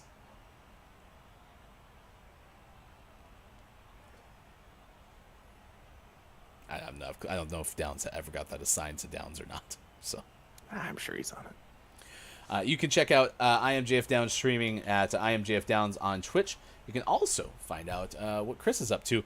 I think I checked out Chris's channel yesterday, and I did not see you on. So yesterday was Monday, right? So likely Wednesday or Thursday for the next Chris M. Yee stream. There's a lot of overlap with Mediterranean food. Perfect. Downs is yelling at us, and I don't know why. What I wasn't listening, coffee something? Yeah, you were working on that Google map with all the coffee recommendations for us, right? Absolutely. I think that was an official assignment, maybe?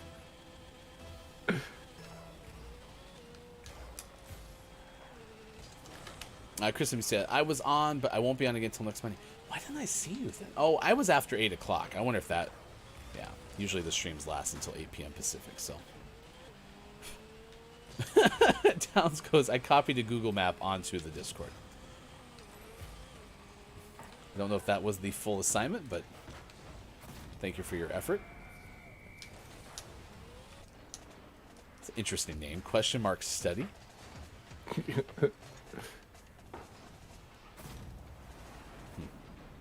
Interesting. Downs says people can download it, paint on their recommendations, then re-upload. Very efficient use. Nice work. And I'm sure it's searchable by all the coffee names and locations, right, Downs?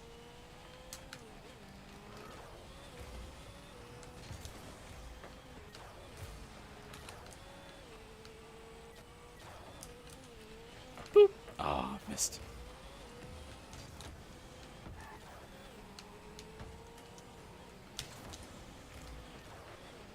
Our teammate likes to drive backwards just like I do. Hello, it's good to see Sis. Thank you for being here this morning. Hello, FHC. The final hour crew. Sis says foolproof plan. Yep, what could go wrong other than the hand-drawn Google map? That's funny. Very funny. Only if they add them alphabetically. Okay, when you add your coffee recommendations, please be sure to put them on alphabetically.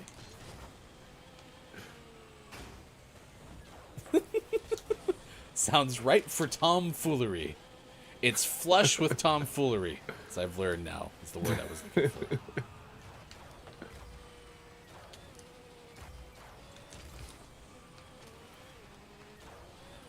Whoa, whoa, whoa! Sis! I'll let you read that one.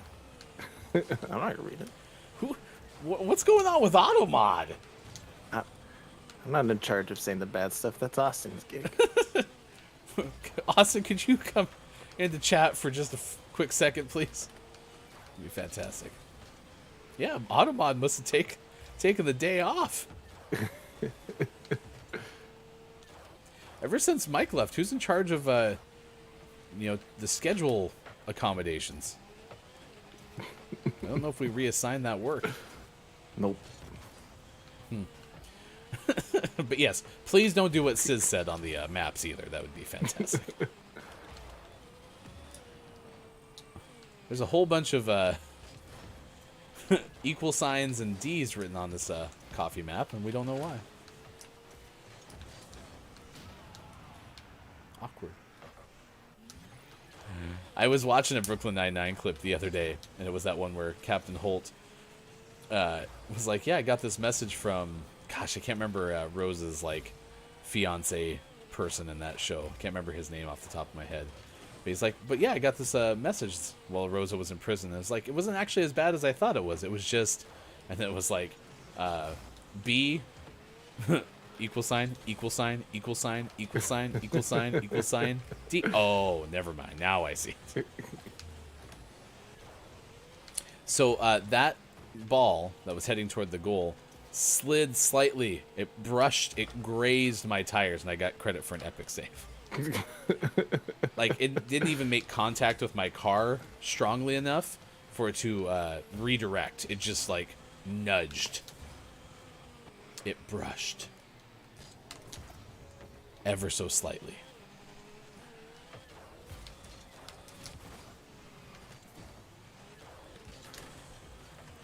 It was a loving caress from the ball.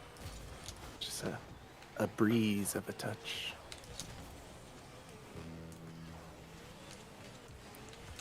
Arg.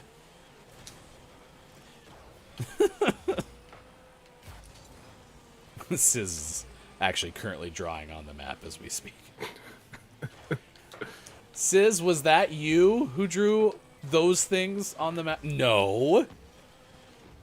Wasn't me. It was Downs. Whisper ball. A brush with love. Absolutely. It's gonna be the new Rocket League. Oh no, it's gonna be my new painting show. Nice. Well, let's make it a painter dating reality show. Kind of like Love Island. Oh crud, I screwed it up. You got it, you got it, you got it. Ah. Losers. Alright, that's okay. We won one of those games, right? We did. Did you get any assistances? No. Okay. Did we accomplish anything? That was the whole point of playing that more concentrated-ly. No. Okay, then I think tomorrow, when we do it again, you need to remind me, we need to be in 2v2.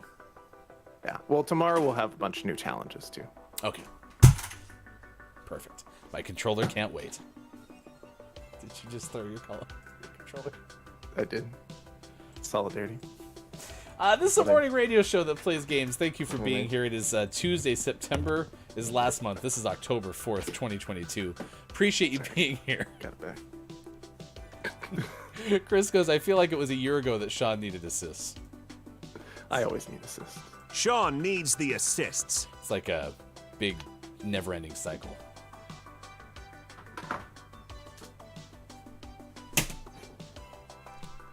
Finally got them. Oh my gosh, look at that thing. Me too. Took forever. You've seen your last shadow, groundhog. Was that a groundhog? It was a groundhog flying around. Man. Yeah. Just a little baby groundhog. It's a Pegasus groundhog. What are your takeaways that were pretty okay? What is something you learned from this morning radio show that plays games? We could have a pretty solid day. Just hear me out next time, okay? We'll work each a half day, okay? We'll get done with the show. We'll have national cinnamon buns.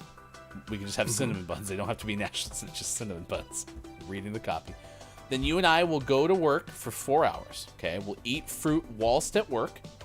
Mm-hmm. We'll get done. We'll have tacos for National Taco Day. Then we'll go play golf because it's National Golf Lovers Day, and then we'll finish the day with vodka because it's National Vodka Day.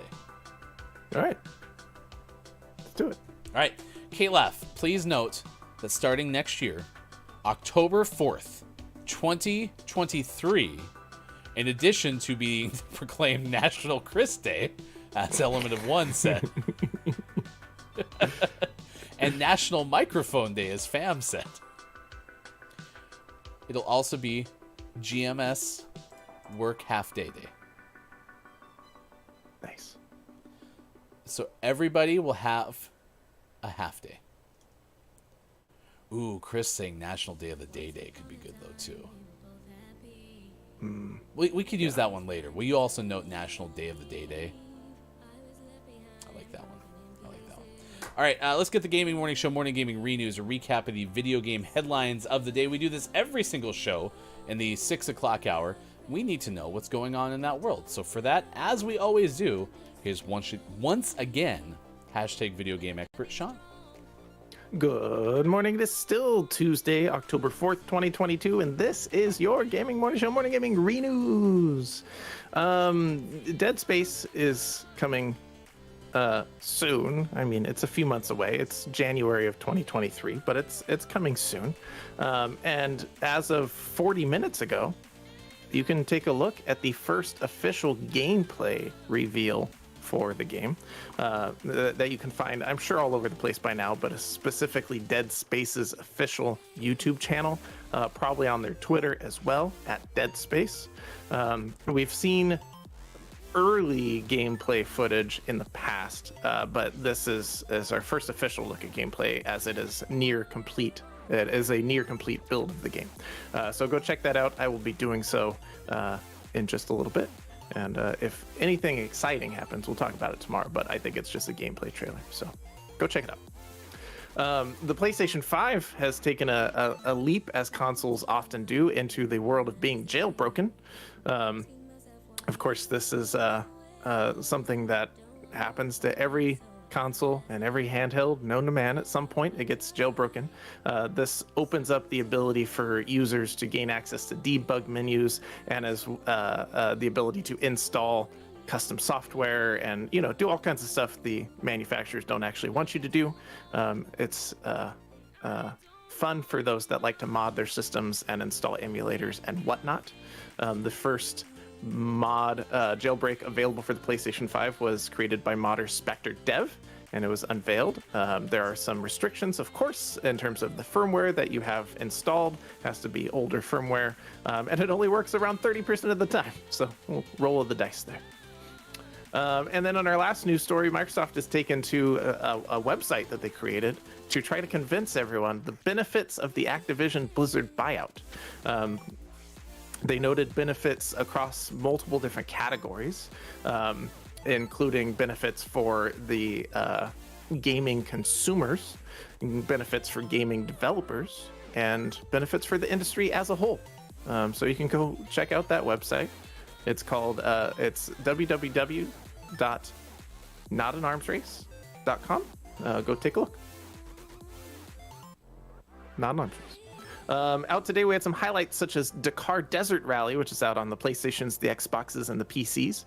Let's Sing ABBA, which we're going to watch Hefty Goof sing some ABBA at some point out on the Switch. But our name of the morning went to Pharaoh Slug out on Switch. Okay. So our name of the month for September was officially announced today. Will you give us really quickly the finalists and then the winner for the name of the month for September? And again, if you're a Patreon subscriber, as nearly 30 of you are, you can go to Patreon's or the Discord only. I gotta rewind, please.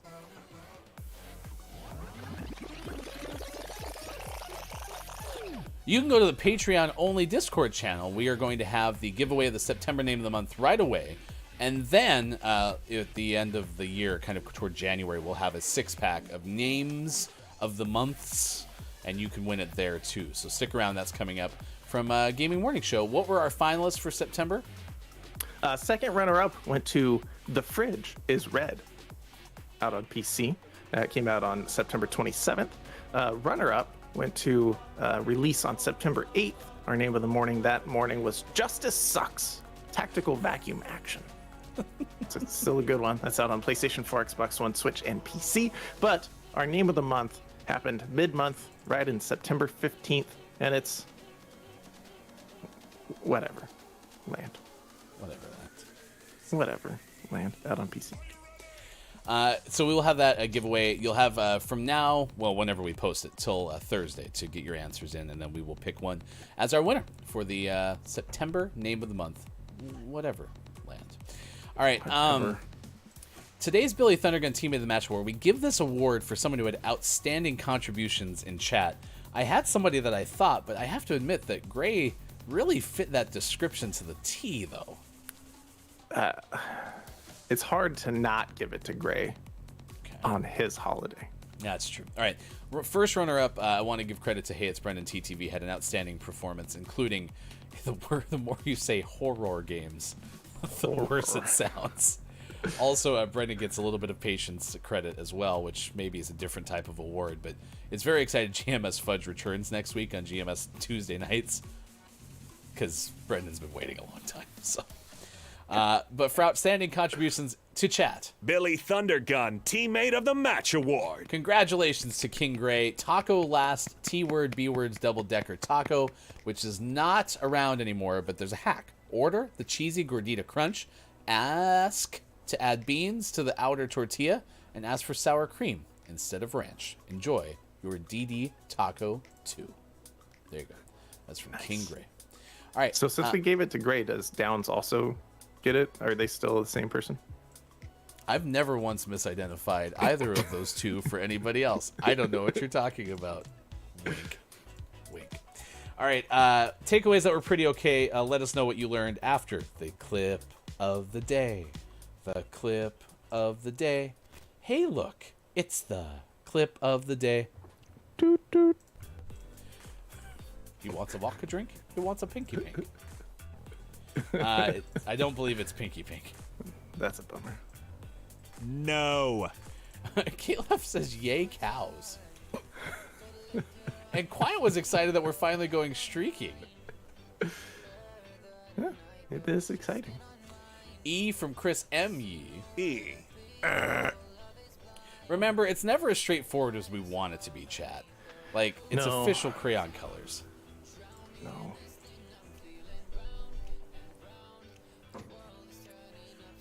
The color of this pen that I hold in my hand.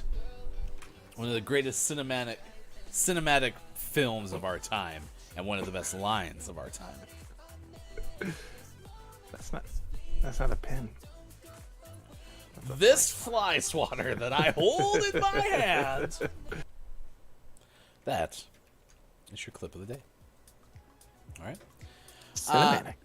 Tonight, GMS Tuesday Nights debuts. We're going to have Hey, It's Brendan TTV, VG Did Try, and the Element of One to play GMS Game Night. We're going to be competing in the game of life. And as anything real about the game of life has taught me, only one of us can win. Yep. It's a zero-sum game, damn it. Also, please implore you to check out the Monsters and Friends podcast. The first episode of the new season is out today. Click on that Spotify link to listen to the prologue. You can find it anywhere that, podcasts are available. What are your takeaways that were pretty okay? And then we're going to send you over to Blues Clues. This is on a recommendation of someone that Unfocused and IA has in suggested channels. Of course, the hosting option on Twitch is gone now, so I can't go to the hosting category anymore, which was really working well, and I really enjoyed it. So I'm disappointed that we can't do that anymore. So we're going to take a chance. We'll see how this one goes. Blues Clues. Hello, I'm Blue, a.k.a. Mr. Dark Stuff. Thanks for coming over. We play a lot of Stream Raiders and try to spread positive vibes everywhere. Come and say hi. It's a 2-year Raider/Twitch anniversary. Thank you so much for everyone the title. So if you'd be so kind as to say good morning from GMS, we truly would appreciate that. We'll send you over there after we get done with our best moments of the day. All right, Sean, what did you learn? What is your takeaway that was pretty okay? My takeaway is that I'm pretty open to unusual taco varieties as long as there's no larvae. Everything else on that list I was fine with. Even the bottom 10 that we didn't read on air, I was fine with all of them except for the larva. And we will share that one more time in the chat, so if you want to go check that out, you can. We didn't get to some of the 10, but yeah, Scrapple actually sounds fine compared to larva. I'm even almost on board with grasshopper guacamole. I just don't think I can do do the other things. So, Yep. yeah. Larva. Gross. All right, any other takeaways that were pretty okay? Looking through chat, Apollo said, hosting was totally useless. Not a single streamer I have ever watched on profile I've ever visited the past 4 or 5 years ever used it to any degree. See, we were on quite the positive experience with hosting because we were getting a situation where like we would find people that we were following on Twitch, and then we would click on the hosting link and it would show us who they were hosting, and a lot of people were starting to say like, thank you for letting me know that you found, you know, me through so-and-so. So we were having to have a pretty positive experience. So for us, it's kind of crappy timing, but I'm sorry that your experience wasn't similar. I don't see any other takeaways that were pretty okay. My takeaway that was pretty okay is many of you can recognize when people spell words unintentionally, guessing letters, and don't let the person floating from the balloons fall in the monster's mouth.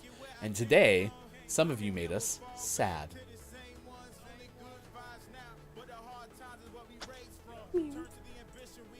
Also, 777. I'll see myself out. That was a good joke. Okay. All right. Best moments of today, and then we will see you again tomorrow, but not until we see you tonight for GMS Tuesday nights at 8 p.m. Pacific time. For Austin, for Sean, I'm Hefty Goof. Thank you for being here. This has been Gaming Morning Show. We're turning around. We're turning around. I like this instance because this is where I didn't pre-read the story, and the part that we cut out ends at, unless we're in immediate danger, and that's the cliffhanger we're leaving you on. Will the couple survive the bear? He sounds like a pretty fun bear. Baloo. Like he's just hanging out, eating some trash, going for a swim, And- soaking in the hot tub. In the hot Like, tub, yeah. Sounds like my kind of bear. That's a bear type bear if I've ever heard. Oh crap! We didn't say hi to Bear. Bear Leviosa. Oh, it worked. It worked. It's a levitation spell for the blind. It's for the window coverings. Thank you.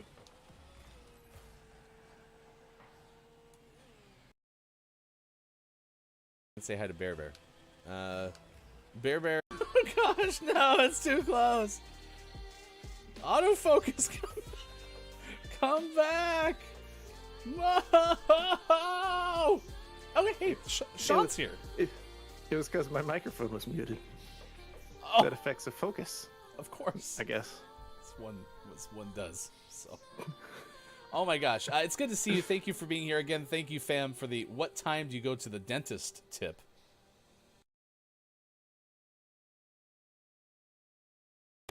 If you are watching on Twitch, Facebook Gaming, and YouTube, and we're going to play our way to some more season achievements. Unfortunately, I thought you said that they might be coming out today. I think tomorrow is what I looked at this morning. Tomorrow. Yeah.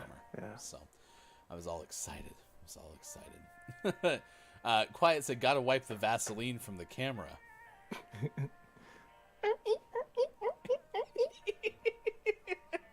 I did. Solidarity. This is a morning radio show that plays games. Thank you for being here. It is Tuesday. September is last month. This is October 4th, 2022. Appreciate you being here. Got it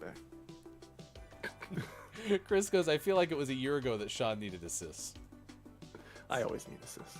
Sean needs the assists. It's like a big, never-ending cycle.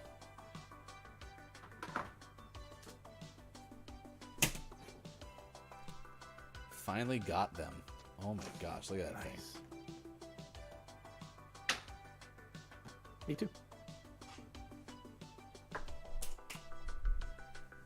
Took forever. You've seen your last shadow, groundhog. Was that a groundhog? It was a groundhog flying Oh, around. man. Yeah. Just a little baby groundhog. It's a Pegasus groundhog. Anymore. We're turning around. I like this instance because this is where I didn't pre-read the story, and the part that we cut out ends at, unless we're in immediate danger, and that's the cliffhanger we're leaving you on. Will the couple survive the bear? He sounds like a pretty fun bear. Baloo. Like he's just hanging out, eating some trash, going for a swim, And- soaking in the hot tub. In the hot Like, tub, yeah. Sounds like my kind of bear. That's a bear type bear if I've ever heard. Oh, crap. We didn't say hi to Bear Bear. Bear Bear Leviosa. Time to keep